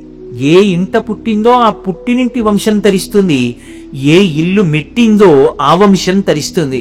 లక్ష్మీదేవి భర్త పాదముల దగ్గర కూర్చుంటుంది అంటే దాని అర్థం ఆయన పాదముల దగ్గర కూర్చోపెట్టి నువ్వు నా కాళ్ళొత్తుతోందని శాసించాడని కాదు. భర్త దైవము అని భావించి ఆవిడ పాద సంవాహనం చేస్తుంది. ఆవిడ కాళ్ళ దగ్గర కూర్చుంది. ఆయన ఎక్కడ పెట్టుకున్నాడు? ఆయన కాళ్ళ దగ్గర కూర్చోబెట్టుకోలేదు, గుండెల్లో పెట్టుకున్నాడు. అంటే ఏమిటి దాని అర్థం? కన్యాదానం చేసేటప్పుడు లక్ష్మిగా కన్యాదానం చేస్తారు, అల్లుణ్ణి నారాయణుడిగా చూస్తారు. అమ్మా, నువ్వు ఆయనని అనుగమించు. నువ్వు ఏ స్థానాన్ని పొందాలో తెలుసా? ఆయన గుండెల్లోకి చేరిపోవాలి. ఆయన ఎక్కడిచ్చాడు స్థానం? లక్ష్మీం క్షీరసముద్రరాజతనయాం శ్రీరంగధామేశ్వరీం దాసీభూత సమస్త దేవవనితాం లోకైక దీపాంకురాం అని పిలుస్తాం. ఆ తల్లికిచ్చిన స్థానం వక్షస్థలం. అందుకే కదా ఇప్పటికీ పద్మావతీదేవి మీద స్తోత్రం చేస్తే ఈశానాం జగతోస్య వెంకటపతేర్విష్ణోః పరాం ప్రేయసీం తద్వక్షస్థల నిత్యవాసరసికాం తక్షాంతి సంవర్ధినీం పద్మాలంకృత పాణిపల్లవ యుగాం పద్మాసనస్తాం శ్రియం వాత్సల్యాదిగుణోజ్వలాం భగవతీం వందే జగన్మాతరం అంటాం. ఆమె విష్ణువు యొక్క వక్షస్థలమునందు ఉంటుంది. అంటే ఆయన గుండెల్లో స్థానం ఇచ్చాడు. ఆమె ఆయన పాదములను పట్టుకుంది. అంటే ఆయనని అనుగమించిన కారణం చేత ఆమె ఆయన గుండెలలోకి చేరింది. ఒక్కొక్క వస్తువు వేరొక వస్తువులో కలవవలసినటువంటి విధానం ఉంటుంది. అంతేకాని నా అంత దాన్ని నేను, ఆయనంతటి వాడు ఆయన అండి అంటే ఆ దాంపత్యానికి అర్థం ఎక్కడుంటుంది నాకు చెప్పండి? దంపతులంటే ఇద్దరు కాదు. అందుకే అసలు ఇద్దరి మధ్యలోంచి కూడా వెళ్ళరు, వాళ్ళు ఒకరే. శారీరకంగా పైకి ఇద్దరుగా కనపడుతున్న దంపతులు తత్వతః ఒక్కరుగానే పరిగణింపబడతారు. అసలు వాళ్ళిద్దరి యొక్క ఆధ్యాత్మిక అభివృద్ధి కూడా ఒకళ్ళ మీద ఒకళ్ళది అలా ఆధారపడి ఉంటుంది. భార్య కాని వెళ్ళిపోయిందా శరీరం విడిచిపెట్టి, అంతే ఇక భర్తకి పుణ్యం చేసుకునే ద్వారాలన్నీ మూసుకుపోతాయి. ఎందుచేత అంటే భార్య కాని వెళ్ళిపోతే తన కడుపున పుట్టినటువంటి ఆడపిల్లని కన్యాదానం చేయడానికి పీటల మీద కూర్చునే అధికారం కూడా ఇక పురుషుడికి ఉండదు. యజ్ఞయాగాది క్రతువులు చేసుకోకూడదు. ఎడం భుజం నుంచి ఉత్తరీయం ఉండడానికి వీల్లేదు. కుడి భుజం మీదే ఉత్తరీయం వేసుకోవాలి. అంటే నేను భార్యాహీనుడను అని చెప్పినట్టు. భార్యాహీనుడు కనుక ఆయనని మంగళప్రదంగా భావన చేసి పీటల మీద కూర్చోపెట్టారు. భార్య లేనటువంటి పురుషుడికి ఉత్తమమైనటువంటి కర్మలు చేసేటటువంటి అధికారం ఉండదు. పరమ పవిత్రమైనటువంటి సభలో వరలక్ష్మీదేవి యొక్క అనుగ్రహం చేత అందరూ పసుపు కుంకాలతో పిల్లపాపలతో సుఖంగా ఉండాలని కోరుకుని చెప్తున్నటువంటి సభలో రెండవ మాట నేను అసలు మాట్లాడను. కాబట్టి భార్యాభర్తలు అంటే వాళ్ళిద్దరూ కలిసి జీవితంలో తరించడానికి కూడా ఒకళ్ళ మీద ఒకళ్ళు అంత ఆధారపడతారు. అందుకే సనాతన ధర్మంలో భార్యకి కామపత్ని అన్న పేరు లేదు, ఆమె ధర్మపత్ని. ధర్మానుష్ఠానమునందు ఉపకరణంగా భర్తకి పక్కన బాసటగా నిలబడుతుంది. అందుకే ధర్మపత్ని అనేటటువంటి గౌరవస్థానం ఇచ్చారు తప్ప ఏదో ఈసడింపుతోనూ సామాన్యంగానూ భోగపరాయణత్వంతోనూ కూడుకున్నటువంటి పేర్లతో అసలు భార్యని పిలవలేదు శాస్త్రంలో. అంత సమున్నతమైనటువంటి స్థానం ఇచ్చారు. కాబట్టి భర్త యొక్క పాదములను పట్టి భర్త యొక్క అడుగుజాడలలో నడిచి భర్తని అనువర్తించినటువంటి స్త్రీ ఏ స్థానాన్ని పొందుతుంది అంటే భర్త గుండెల్లోకి చేరిపోతుంది. అందుకే అమ్మవారికి ఒక పేరు లలితా సహస్రనామ స్తోత్రంలో స్వాధీనవల్లభ అని. స్వాధీనవల్లభ అన్న నామానికి బాహ్యార్థం ఒకటే చూశారనుకోండి, చాలా పిలుసుగా ఉంటుంది. స్వాధీనవల్లభ అంటే భర్తని తన చెప్పు చేతలలో పెట్టుకున్నది. ఆమెకు ఆయన స్వాధీనమై ఉన్నాడు అంటే ఆయన ఏం చెయ్యాలన్నా ఆవిడ వంక చూస్తాడు. ఆవిడ ఇలా అంటే చేస్తాడు, అంటే ఊరుకుంటాడు. అంటే అంత గుప్పెట్లో పెట్టుకున్నది అని. అంత గుప్పెట్లో పెట్టుకున్నది పతివ్రత ఎలా అవుతుంది?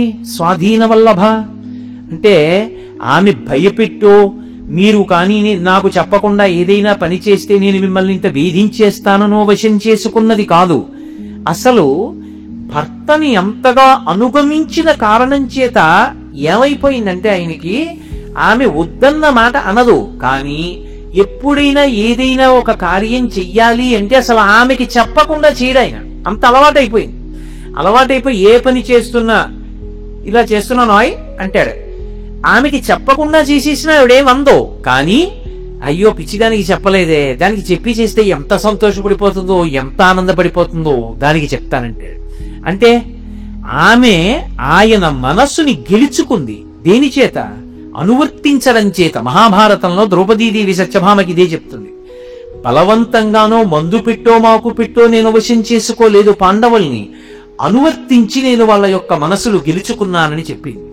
కాబట్టి మనకి శాస్త్రంలో భర్తకి ఉండేటటువంటి స్థానాన్ని అంత గౌరవించింది.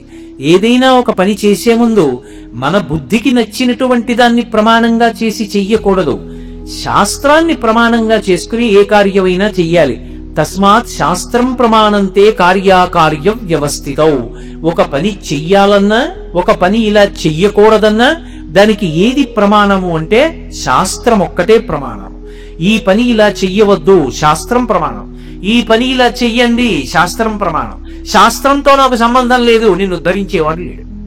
కాబట్టి భర్తకి నమస్కరించి పీటల మీద కూర్చుని దేశకాల సంకీర్తనం చేసి పరమభక్తితో అమ్మవారి యొక్క ఉపచారముల యందు దృష్టి పెట్టి చెయ్యాలి. ఉపచారములను చేసేటప్పుడు ఏదో నేను పూజ చేస్తున్నాను అని చెయ్యడం కాదు. ఆ చేసేటప్పుడు మనసులో భావన ఉండాలి. మీరు ఎప్పుడు ఒకటి గుర్తుపెట్టుకోండి, ఒక పూజ చేస్తున్నప్పుడు ఒక ఉపచారం చెప్తాం, ఆ ఉపచారం పూర్తయింది అని ఎప్పుడు శాస్త్రంలో తీసుకుంటారంటే 3 ఏకీకృతమైతేనే ఆ ఉపచారములు పూర్తయ్యాయి అని చెప్తారు. ఏ 3 ఒకటి అవ్వాలి అంటే నోటితో చెప్తున్నటువంటిది ఏదో దాన్ని చెయ్యాలి, అంటే కర్మేంద్రియం చెయ్యాలి. నోటితో చెప్పినది చెయ్యి చేస్తుండాలి, నోటితో చెప్పి చెయ్యి చేస్తున్న దాన్ని మనసు చూస్తూ ఉండాలి. ఈ 3 ఏకీకృతం అయ్యాయనుకోండి, అప్పుడు వ్రతం చేస్తున్నాడు అని చెప్తారు. నేను మీకు ఒక ఉదాహరణ చెప్తే మీరు బాగా పట్టుకుంటారు. అమ్మవారికి స్నానం సమర్పయామి అంటాం. స్నానం సమర్పయామి అనేటటువంటి ఉపచారం యథార్థానికి ఎక్కడా కూడా సంపూర్ణంగా చేయడం అనేటటువంటిది ఉండదు. మనం ఏదో ఆ కలశలో వేసినటువంటి పువ్వుతోటో ఆకుతోటో కొద్దిగా నీళ్లు తీసి చల్లుతాం అంతే. నేను స్నానం చేశాను అనుకోండి, నేను మీ ఇంటికి వచ్చాను అనుకోండి, అమ్మా సంధ్యావందనం చేసుకోవాలి, స్నానం చేస్తానమ్మా అని అనుకోండి. అయ్యా వెళ్ళండి స్నానం గదిలోకి, స్నానం చెయ్యండి అని ఓ గ్లాస్తో నీళ్ళు అక్కడ పెట్టి అందులో పువ్వు పెట్టారు అనుకోండి. అదేమమ్మా గ్లాసులో నీళ్లు పెట్టి పువ్వు పెట్టారు, స్నానం చేయాలన్నాను కదా అంటే, మీరు పొద్దున్న పూజ చేసేటప్పుడు ఆపోహిస్తామయో ఉపస్థాన ఊర్జే దదాతన అంటూ చల్లలేదా? మీరు అలాగే చల్లుకోండి, స్నానానికి చాలదా? ఈశ్వరుడికి సరిపోయింది, మీకెందుకు సరిపోదు? ఆయనకన్నా పెద్దవారా? చల్లుకోండి అన్నారు అనుకోండి, అది కుతర్కం అవుతుంది, వితండవాదనం అవుతుంది, అది పొసగదు. ఎందుచేత అంటే ఉపచారము మనసు చేత భావింపబడాలి. స్నానము నేను చేస్తే బాహ్య శౌచము కొరకు, అది మనసు చేత భావిస్తే బాహ్య శౌచం రాదు. అమ్మవారి విషయంలో మీరు మనస్సుతో భావన చెయ్యాలి. ఎలా భావన చెయ్యాలి? శంకరాచార్యులు వారు కనకధారా స్తోత్రం చేస్తూ నేర్పుతారు మనకి. దిగ్గస్తి దిక్కనక కుంభ ముఖావ సృష్ట స్వర్వాహిని విమలచారు జలప్లుతాంగీం ప్రాతర్నమామి జగతాం జననీమశేష లోకాధినాథ గృహిణీం అమృతాబ్ధిపుత్రీం అంటారు. ఆ దిగ్గజములు ఆకాశగంగా జలాలను తమ యొక్క బంగారు కలశలతో పట్టి తీసుకొచ్చి లక్ష్మీదేవికి రెండు వైపులా నిలబడి ఆ బంగారు కలశలని పైకెత్తి మందాకినీ జలాలు పోస్తే ఆమె కట్టుకున్నటువంటి తెల్లటి బట్ట తడిసిపోతుంది. ఆ తడిసిపోయినటువంటి తెల్లటి బట్టతో కూర్చున్నటువంటి ఆ అమ్మవారి యొక్క పాదముల జంట ఒక్కసారి మనసు నిండా భావన చేసి ఆ తల్లి పాదములకు, ఆ తడిగా ఉన్నటువంటి అమ్మవారి పాదములకు ఉంచి తల తగిలేటట్టుగా నమస్కరిస్తే, ఆ తడి నా నుదుటికి తగిలింది అని భావన చేస్తే ఆ తడి ఇలా తుడుచుకోవాలనేటటువంటి అనుభూతి కలుగుతుంది. మీకు బాగా అర్థం అవడానికి నేను ఒక ఉపమానం చెప్తాను, లేకపోతే నేను అసలు ఇటువంటి ఉపమానములు ప్రయోగం చేయను. 7D సినిమాలను ఉంటాయి, నేను ఈ మధ్య ఢిల్లీలో చూసి వచ్చాను. అందులో 7 రకాల డైమెన్షన్స్ ఉంటాయి. అందులో ఏదో ఎదురుగుండా ఒక పాము ఒకటి మీదకొస్తూ ఉంటుంది, కళ్ళ ముందు వరకు అది నోరు తెరిచి కనపడుతుంది. అది చేసేటటువంటి బుస మనం కూర్చున్న కుర్చీ వెనక నుంచి వినపడుతూ ఉంటుంది. బుస్ బుస్ అని ఇక్కడే ఉంటాయి, ఇక్కడి నుంచి వినపడుతూ ఉంటుంది. అది నోరు విప్పినప్పుడు వచ్చేటటువంటి దుర్వాసన కూడా ఒక 20 మంది కూర్చోవడానికి ఉంటుంది ఏర్పాటు. ఆ వాసన కూడా హాల్లోకి వస్తుంది. అదే సమయంలో పావు తోక గబగబా ఇలా కదిపితే అక్కడ ఉన్న పురుగులన్నీ ఎగురుతాయి. ఎగిరినప్పుడు సీటు కింద ఉన్న తాళ్లు కదిలి కాళ్ళని కొట్టుకుంటాయి. ఇవన్నీ ఒకేసారి జరిగేటప్పటికి ఏమవుతుందంటే, నిజంగా పావు వచ్చి మీద పడుతున్న చోట ఉన్న అనుభూతిని పొందేస్తారు. ఒక 7D సినిమాలోకి వెళ్ళి కూర్చుంటే నీ మనసు ఎలా సినిమా వశం చేసుకుని నీకు అనుభూతి కల్పిస్తుందో, యథార్థంగా నేను ఆ సినిమా చూసినప్పుడు ఒక పెద్ద సరస్సులో నడిచి వెళ్ళిపోతున్న అనుభూతి అలా చూపిస్తాడు. నేను బయటికి వచ్చేసి బట్ట పైకెత్తోసారి చూసుకున్నాను, కాళ్ళు తడిసిపోయి ఉన్నాయా అని. అంటే అంత అనుభూతికి నేను లోనైపోయాను. నా కాళ్ళు తడిసిపోయాయి అని నా భావన. ఏంటి బట్ట తడిసింది, కాళ్ళకి తడి బట్ట తగులుతోందని కాదు, నేను సినిమాకి వెళ్ళానని నాకు తెలుసు. అయినా కాదు, నా కాళ్ళు పొడిగానే ఉన్నాయని రోడం చేసుకోవడానికి గట్టు మీద కాలు పెట్టి చెప్పు ఇప్పి బట్ట పైకెత్తి చూసుకుంటుంటే నాతో వచ్చినటువంటి తల్లి కావిడంది, ఏం అలా చూసుకుంటున్నారు గురువు గారు అంది. అమ్మ నాకు కాళ్ళు తడిసిపోయిన అనుభూతి కలిగిందమ్మా అన్నాను. ఒక సినిమా 100 రూపాయలు పెట్టి చూస్తే నీకు అనుభూతి కలిగిందే, అమ్మవారిని స్నానం చేయిస్తున్నట్లు నీకు అనుభూతి ఎందుకు కలగదు? నీ మనస్సుని నువ్వు అక్కడ పెట్టడం అలవాటైతే. అసలు ఆ దర్శనం అంటూ కలిగితే పువ్వుతో నీళ్లు చల్లడం వరకు ఉపచారం, దర్శనం నిజంగా దిగ్గస్తి దిక్కనక కుంభముఖావ సృష్ట స్వర్వాహిని విమలచారు జలప్లుతాంగీం ప్రాతర్నమామి జగతాం జననీమశేష లోకాధినాథ గృహిణీం అమృతాబ్ధిపుత్రీం అని ఆ తల్లిని అలా చూసి తడిసిపోయి ఎర్రటి కాళ్ళు, తెల్లటి గోళ్ళు తడిసి కరిగి కిందకి కారిపోతున్నటువంటి పారాణి కనపడుతుంటే ఒక్కసారి వంగి అమ్మవారి పాదముల దగ్గర తలపెట్టి నమస్కారం చేశారనుకోండి, ఇప్పుడు ఆ తడి మీ నుదిటికి అందుకుని ఆ పారాని కరిగి మీ నుదిటికి అంటుకుంటే మీరు పూజ చేద్దామని పైకి లేచిన తర్వాత వెంటనే తర్వాత ఉపచారం జ్ఞాపకానికి వస్తుందా? జ్ఞాపకానికి రాదు. మీ నుదిటికి ఏదో తడి ఉన్నట్టు, ఏదో అంటుకున్నట్టు భావన పొంది మీరు ఒకసారి ఇలా అనుకుని పారాయణ ఏమైనా ఉందా అని ఇలా చూసుకుని ఏం లేదంటే మీరు చేసిన ఉపచారం అమ్మవారికి అందింది. మీరు స్నానం చేయించారు అమ్మవారికి. అమ్మవారి తడిపాదములకు పారాణి పాదములకు మీరు నమస్కారం చేశారు. అలాగే నేను మీకు ఉదాహరణకి చెప్తున్నాను సుమండి. మనసు లేదనుకోండి 10 నిమిషాల్లో వ్రతం అయిపోతుంది. మనసు అక్కడ ఉందనుకోండి పొద్దున్న కూర్చున్నటువంటి వరలక్ష్మీ వ్రతం ప్రదోష వేళ పేరంటానికే లేస్తారు కూడా. ఎందుకు అంటారేమో, ఒక్క ఉపచారమునందు ధ్యానములోకి వెళ్ళిపోతారు. నేను మీకు ఒక ఉదాహరణ చెప్పాలి అంటే, అమ్మవారికి ఏదో అమ్మ వస్త్రద్వయం సమర్పయామి అన్నారు. నా శక్తి కొలది నేను తీసుకొచ్చింది 150 రూపాయలు ఒక నేత చీర అయి ఉండొచ్చు. కానీ నేను ఎన్నో మాటలు మా ఆవిడికి చీరలు కొనడానికి పెద్ద పెద్ద బట్టల కొట్టుకు వెళ్ళానుగా. వెళ్ళినప్పుడు పెద్ద పెద్ద అంచులున్నటువంటి పట్టు చీరలు అక్కడ కట్టబడి ఉండగా ఎదురుగుండా చీర కట్టుకుంటే ఎలా ఉంటుందో అలాగే బొమ్మలకు కట్టో లేకపోతే గోడకు కట్టో మేకు కట్టో ఉంటాయిగా, అవి చూసావుగా. ఇంటికి వచ్చి నువ్వు మంచి సంపంగి రంగు, సింహాచల సంపంగి, పసుపు ఎరుపు కలిసినటువంటి సంపంగి రంగు చీరకి నా చేతులు ఇలా 3 సార్లు పెడితే ఉన్నంత ఎర్రటి అంచున్నటువంటి చీర అమ్మకిస్తే అమ్మ చీర కట్టుకుని వచ్చి కూర్చుని, ఎరా నాన్న నీకు సంతోషమేనా, నువ్వు ఇచ్చిన చీర కట్టుకున్నానరా, ఎంత బాగుందో అని అమ్మవారంటే నువ్వు మనస్సులో భావన చేత ఇచ్చిన చీర ఏదో అది ఆవిడకు అందుతుంది.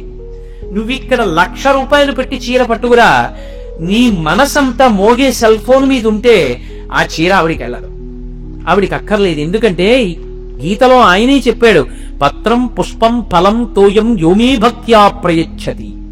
నాకు భక్తితో ఇచ్చింది పుచ్చుకుంటాను తప్ప భక్తి లేకుండా ఇచ్చింది పుచ్చుకోవడానికి అది నీదా, నేనిచ్చింది నాదే ఆ చీర. నువ్వు కొని నాకు ఇవ్వగలుగుతున్నావంటే కొనడానికి కావలసిన శక్తిని నీ ఎందు ప్రచోదనం చేసిన వాడిని నేనే. నేనేదో ఒక విభూతిని నీ ఎందు పెట్టాను కాబట్టి నీకు నెలకు 50,000 వస్తున్నాయి కాబట్టి ఆ చీర కొన్నావు. ఆ విభూతిని వెనక్కి తీస్తే ఎవడుంచుకుంటాడు ఇది నిజోగంలో? కాబట్టి ఆ శక్తి నాది. కానీ నేను అడిగేది ప్రేమతో భక్తితో ఇస్తావా? అందుకే దళమైన పుష్పమైనను ఫలమైనను సలిలమైన బాజని భక్తిని కొలచిన జనులు అర్పించిన ఎలమిన్ రుచిరాన్నముగా ఎనుభుజింటుందంటాడు కుచేలోపాఖ్యానంలో. భక్తితో ఇస్తే చాలయా, అది ఆక పండ నీరా నాకు అక్కర్లేదు, తినేస్తానన్నాడు. అందుకే ఆ భక్తితో ఉపచార సమర్పణం చేశారనుకోండి, చేసినప్పుడు ప్రతి ఉపచారం దగ్గర కూడా మనసుని ఏకీకృతం చెయ్యాలి. చేతిని తేవడం కష్టం, ఉపచారానికి ద్రవ్యాన్ని అక్కడ పెట్టడం చాలా తేలిక, కానీ చేతిని ఉపయోగించడం తేలిక, మనసుని తేవడం చాలా కష్టం. ఎందుకో తెలుసా?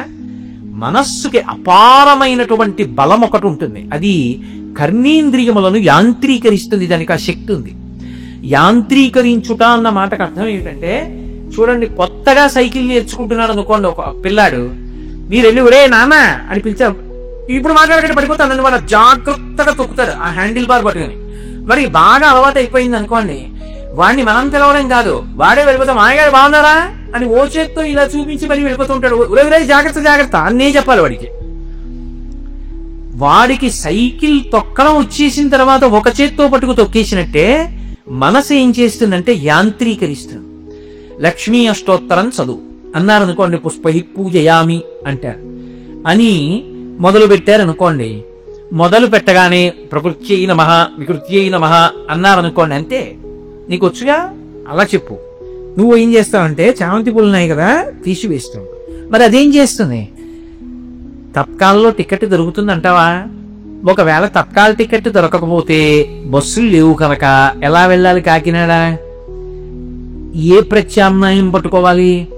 విమానంలో వెళదామంటే టికెట్ ఒక్కొక్కటి 10,000 ఉంటే ఇప్పుడు ఎక్కడ తేను 20,000? ఎవరినో అడిగితే ఏం బాగుంటుంది? ఏం చెయ్యాలి? ఈలోగా అయిపోతుంది లక్ష్మీష్టోత్తరం. టికెట్ మాట దేవుడు అరువి అప్పుడు అడుగుతుంది, మళ్ళీ చెయ్యి అంటుంది, అయిపోయిందిగా ఏం చేయమంటావు అంటుంది. అప్పుడు వెనక్కి వస్తుంది, ఓ అయిపోయిందా, ధూపమాగ్రాపయామి, నీకు వచ్చుగా అగరత్తు దీపంలో పెట్టి చూపించు. అందుకని ఇప్పుడు మళ్ళీ ఏం చేస్తే బాగుంటుంది? కారులో వెళ్ళిపోతే మళ్ళీ ఇది అయ్యే లోపలికి తీసిలా. మీరు ఏమనుకోకుండా ఒక మాట చెప్తాను. నేను ఏదైనా వాసన నీకు చూపిస్తాను, మంచి వాసన అని చెప్పి పువ్వు పట్టుకొచ్చి ఎంత మంచి పరిమళమోనండి పువ్వు అన్నాను అనుకోండి, ఏదేది అన్నాను అనుకోండి, నేను మీ దగ్గరికి వచ్చి ఇలా అన్నాను అనుకోండి, బుద్ధి ఉందా లేదా, ఏడు ఇలా తిప్పితే ముక్కు దగ్గర పట్టరా అంటారా అనరా? ధూపానికి తిప్పడం ఎందుకండి ఇలాగా? పైగా నిప్పు నెరుసులన్నీ పడిపోయేంత వరకు వెలిగించేసి ఇలా బోర్లా పెట్టి అప్పుడు దాన్ని ఇలా ఇలా ఊపేసి ఆరిపోయిన తర్వాత ఇలా తిప్పేసి ఆ నిరుసులన్నీ ఆయన బట్టల మీద పడిపోతుంటే ఆయన దులుపుకు లేచి వెళ్ళిపోడు. నీ దిక్కుమాలిన పూజ, నువ్వు ఎవడు పుచ్చుకుంటాడు రా ఇదని? ఎందుకు ఆ పూజ? అసలు భావనేది ఆవిడ మహాలక్ష్మి, ఆవిడ కూర్చుంది, నేను ధూపం ఇస్తున్నాను ఆవిడికి. కాబట్టి ఎక్కువ అగ్నిహోత్రం లేకుండా ఒక్కసారి ముక్కు దిగ్గి ఇలా పెట్టి తీసేస్తే అది పొగ, అదేం పుస్తకం కాదు అక్కడే ఉండిపోవడానికి, అది అలా ముందుకు వెడుతుంది కాబట్టి వాసన వస్తుంది. నా ముక్కులో పెట్టక్కర్లేదు అగరత్తో, ఇలా ముక్కు దగ్గర పెట్టి తీసేస్తే చాలా పొగ వాసన తెలుస్తుంది.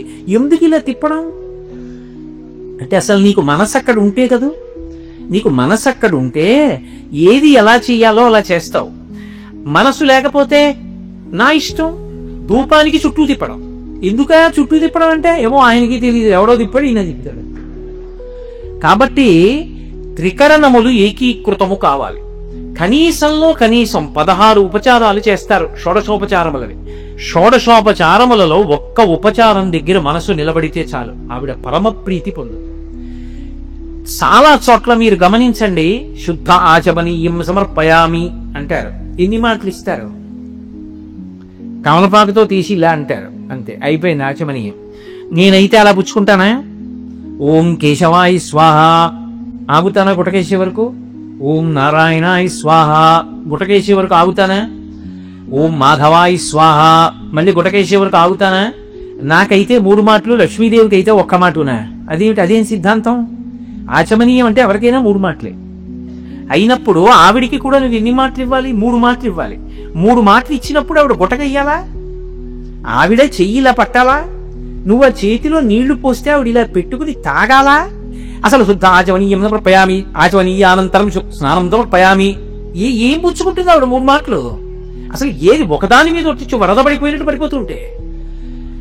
మనస్సు ఉంటే మనస్సు భావన ఎందు చూస్తుంది, మూర్తి అక్కడే ఉంటుంది, కదలదు. మనస్సు కదలికలు చూస్తుంది.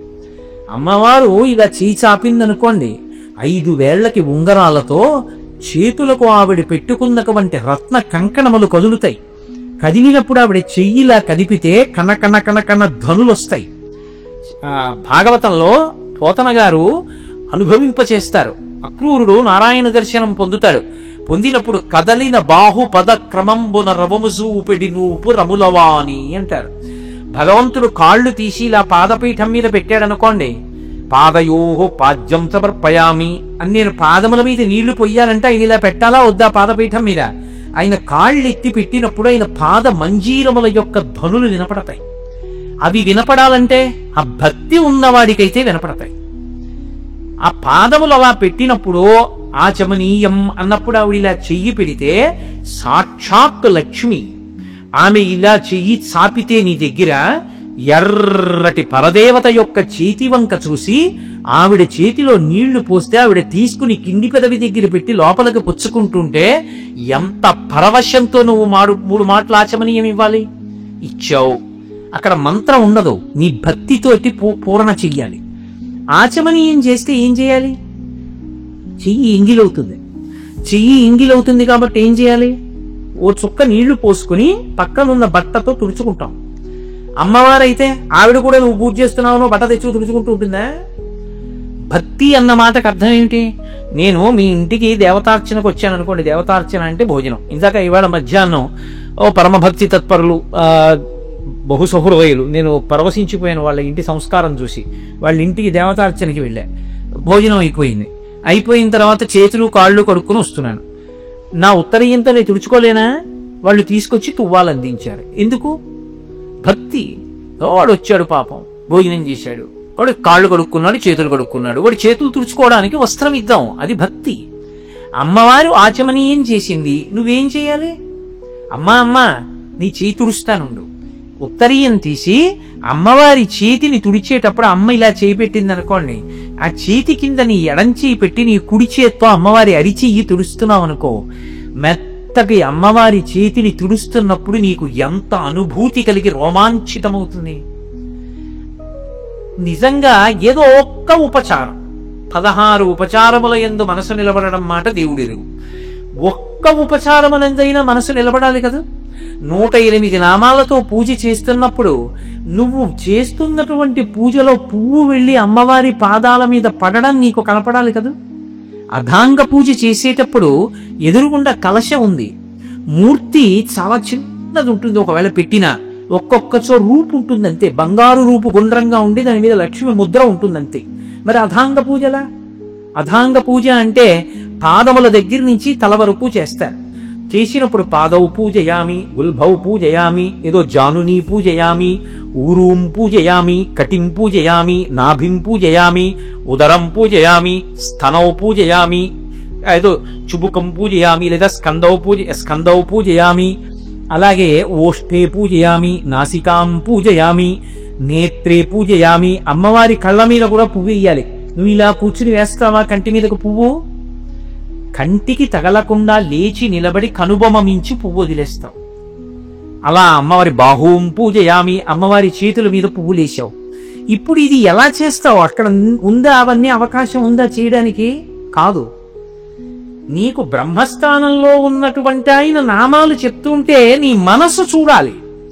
పళ్ళవిలా పట్టుకుని పువ్వు వేస్తుంటే పాదౌ పూజయామి అన్నాననుకోండి, పారాని పెట్టినటువంటి అమ్మవారి యొక్క శ్రీపాదముల మీద నువ్వు వేసినటువంటి చామంతి పువ్వు వెళ్ళి పడిందని, అమ్మవారి యొక్క చీలమండ మీద పడిందని, మోకాలు మీద పడిందని, నడుం మీద పడిందని, కడుపు మీద పడిందని, బుడ్డు మీద పడిందని, అమ్మవారి వక్షస్థలం మీద పడిందని, త్రివళులు 3 రేఖలు కలిగినటువంటి కంఠం మీద పడిందని, గడ్డం మీద పడిందని, పెదవుల మీద పడిందని, ముక్కు మీద పడిందని, అమ్మో అమ్మ కంటి మీద దెబ్బ తగులుతుందని లేచి నిలబడి కనుబొమ మించి వేశావని, చెవుల మీద వేశావని, ఆఖరణ సర్వాణ్యంగాని పూజయామి, తల మీద పువ్వులేశాక అన్ని అంగముల మీద పూజ ఎలా చేస్తావు? అంటే బుట్టలోంచి ఇన్ని చామంతి పూలు ఇలా దగ్గరికి నొక్కి 2 చేతులతో పైకెత్తి తలమించి వదిలేశాం. ఇప్పుడు ఆ పువ్వులన్నీ వడివడిగా కింద పడిపోతున్నాయి. పడిపోతున్నప్పుడు అమ్మవారి తల, అమ్మవారి జుత్తు, అమ్మవారి కబరీబంధంలో ఉన్న పువ్వు, అమ్మవారి నుదుటికున్న బొట్టు, అమ్మవారి చెవులకున్న కర్ణాభరణాలు, అమ్మవారి బుగ్గలు, అమ్మవారి కళ్ళు, కనుబొమలు, ముక్కు, ఆ ముక్కుకి మధ్యలోంచి వేలాడుతున్నటువంటి ముత్యంతో ఉన్నటువంటి ఆ బాసర, ఆ కింద ఉన్నటువంటి పెదవులు, ఆ ఎర్రటి అధరం, అమ్మవారి యొక్క గడ్డం, అమ్మవారి యొక్క కంఠం, దాని మీద 3 రేఖలు, అమ్మవారి వక్షస్థలం, అమ్మవారి యొక్క నడుము, అమ్మవారి కడుపు, అమ్మవారి బొడ్డు, అమ్మవారి తొడలు, అమ్మవారి మోకాళ్ళు, అమ్మవారి పాదాలు, అమ్మవారి చీలమండలు, అమ్మవారి వేళ్లు, అమ్మవారి గోళ్లు కనబడుతుండగా పువ్వులు ఎంత వేగంగా పడతాయో నీ మనసు అంత వేగంగా పైనుంచి కిందకు వచ్చి పాదాల దగ్గర నిలబడాలి. ఎదురుగుండా మూర్తి లేదు. అధాంగ పూజ యందు నువ్వు అలా చూడడానికి మూర్తి ఉండదు, ఎక్కడా కూడా ఉండదు, దేవాలయం అయితే తప్ప. మరి దేంతో చూస్తావు అధాంగ పూజ? అందుకే అధాంగ పూజ ముందొస్తుంది. ముందెందుకు వస్తుందంటే మనసుని బాగా శిక్షణ చేసి తీసుకొస్తున్నారు చూడ్డాన్ని. బాగా కళ్ళు విప్పి చూడడం ప్రారంభం చేయి ఇక్కడి నుంచి. అలా చూసిన తర్వాత మనసు హత్తుకుపోయిన తర్వాత ఇక ఉపచారములు మొదలు పెడతారు. ఆ భక్తి యందు పారవస్యాన్ని పొందుతుంది. అలా ఆ ఉపచారములను చెయ్యలేదనుకోండి, ఏదో మంత్రభాగం గడగడగడగడగడగడ మంత్రం చెయ్యి, ఏదో దొరికిందల్లా చేస్తూ ఉండడం, మధ్యలో ఆగమంటూ ఉండడం, ఈ మధ్యలో వదిన ఆ పక్కనుంది ఇలా పట్రా అంటూ ఉండడం, ఆవిడెవరో ఏదో పట్టుకొస్తూ ఉండడం, పేరుకి పూజ. ఒక్క ఉపచారం సిద్ధంగా ఉండదు. నేను పరమ సహృదయంతో 4 రోజుల ముందు వ్రతకల్పాన్ని చదవండి అని చెప్పడానికి కారణం అది. నిజంగా అందుకే పరమశివుడు ఆ మాట అన్నాడు, వ్రతమస్తి మనోహరం అన్నాడు. అది మనోహరం పార్వతి అన్నాడు. నిజంగా వరలక్ష్మీ వ్రతం చేసుకోవాలని తాపత్రయం ఉంటే ఆ రోజు పొద్దున్న చేసేస్తాననుకో, 4 రోజుల ముందు చదువు. అసలు ఏమేం కావాలి? దీపం, ఒత్తులు, ఆవు నెయ్యి లేదా నువ్వుల నూనె రాయి, ఓ అగ్గిపెట్టి, అగరవత్తులు వెలిగించడానికి పెట్టుకోవడానికి ఏదో ఒక పరికరం, నీరాజన పరికరం, నైవేద్యం అన్ని టిక్కు పెట్టుకో. మీరొక్క మాట జ్ఞాపకం పెట్టుకోండి, పూజ అన్న మాటకు అర్థం ఏమిటో తెలుసా? మీరు పీటల మీద కూర్చున్న తర్వాత పూజ ప్రారంభం కాదు. పూజ బాగా జరగడానికి మీరు ముందు చేసేటటువంటి సాధన అంతా పూజే. పూజ చేసుకోవాలి తొందరగా. అన్ని స్నానానికి వెళ్ళాను అనుకోండి, స్నానం పూజ ఎందు అంతర్భాగం అవుతుంది. నేను తొందరగా తెమలాలి, అందుకు పేపర్ చదవను అన్నాను అనుకోండి, ఇప్పుడు పేపర్ చదవకపోవడం పూజ ఎందు అంతర్భాగం అవుతుంది. పూజ తర్వాత చేద్దామని పేపర్ చదివాను అనుకోండి, పూజకి భంగం అవుతుంది.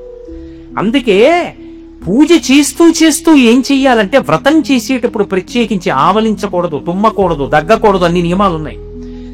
అలా కానీ చేశారనుకోండి, నీళ్లు ముట్టుకుని వ్రతం చేస్తానని వ్రతభంగం చేశాడని ఖాతాలో వేస్తాడు. పోతన గారు భాగవతం చేస్తూ కాత్యాయిని వ్రత ఉపాఖ్యానంలో ఒక మాట అంటారు. వ్రతభంగంబులు మాను నట్టి వరదన్ వామాక్షులిక్షించయం గత చేలా ప్లవనంబు నేడు వ్రతభంగం వంచు చింతించి పాల తదంజస్త కరాబ్జలై సరసలీలం రొక్కిరట్లందరూ అంటారు. వ్రతములు చేయుచు నొక్కమారైన ఆ గోవిందుని స్మరించిన మనం వ్రతం చేసేటప్పుడు ఎక్కడైనా పొరపాటు జరుగుతోందేమో అని ఏం చెయ్యాలంటే, 2 ఉపచారాలు 3 ఉపచారాలు చేశారనుకోండి, ఒకసారి ఆపి మనసుకి వ్యవధానం ఇవ్వాలి మళ్ళీ వెనక్కి రావడానికి. లేకపోతే అది బలలిపోయి తనంత తాను బలవంతంగా పారిపోతుంది. మీరు దాంతో ఘర్షణ పడ్డారనుకోండి, నువ్వు నా మాట వింటలేదు, వాడేమో కిందటి ఏడాది వచ్చి శ్రావణ మాసంలో తల కొట్టుకుని చెప్పి వెళ్ళిపోయాడు, అలా చేద్దామంటే నువ్వేమో ఎటో పోతున్నావు మనసా అని దాంతో యుద్ధం మొదలెడితే ఘర్షణ వచ్చి పూజ సరిగా జరగదు. అందుకే మనసుని వెనక్కి తేవడానికి ఓ చిన్న అవకాశం దానికి ఇవ్వాలి.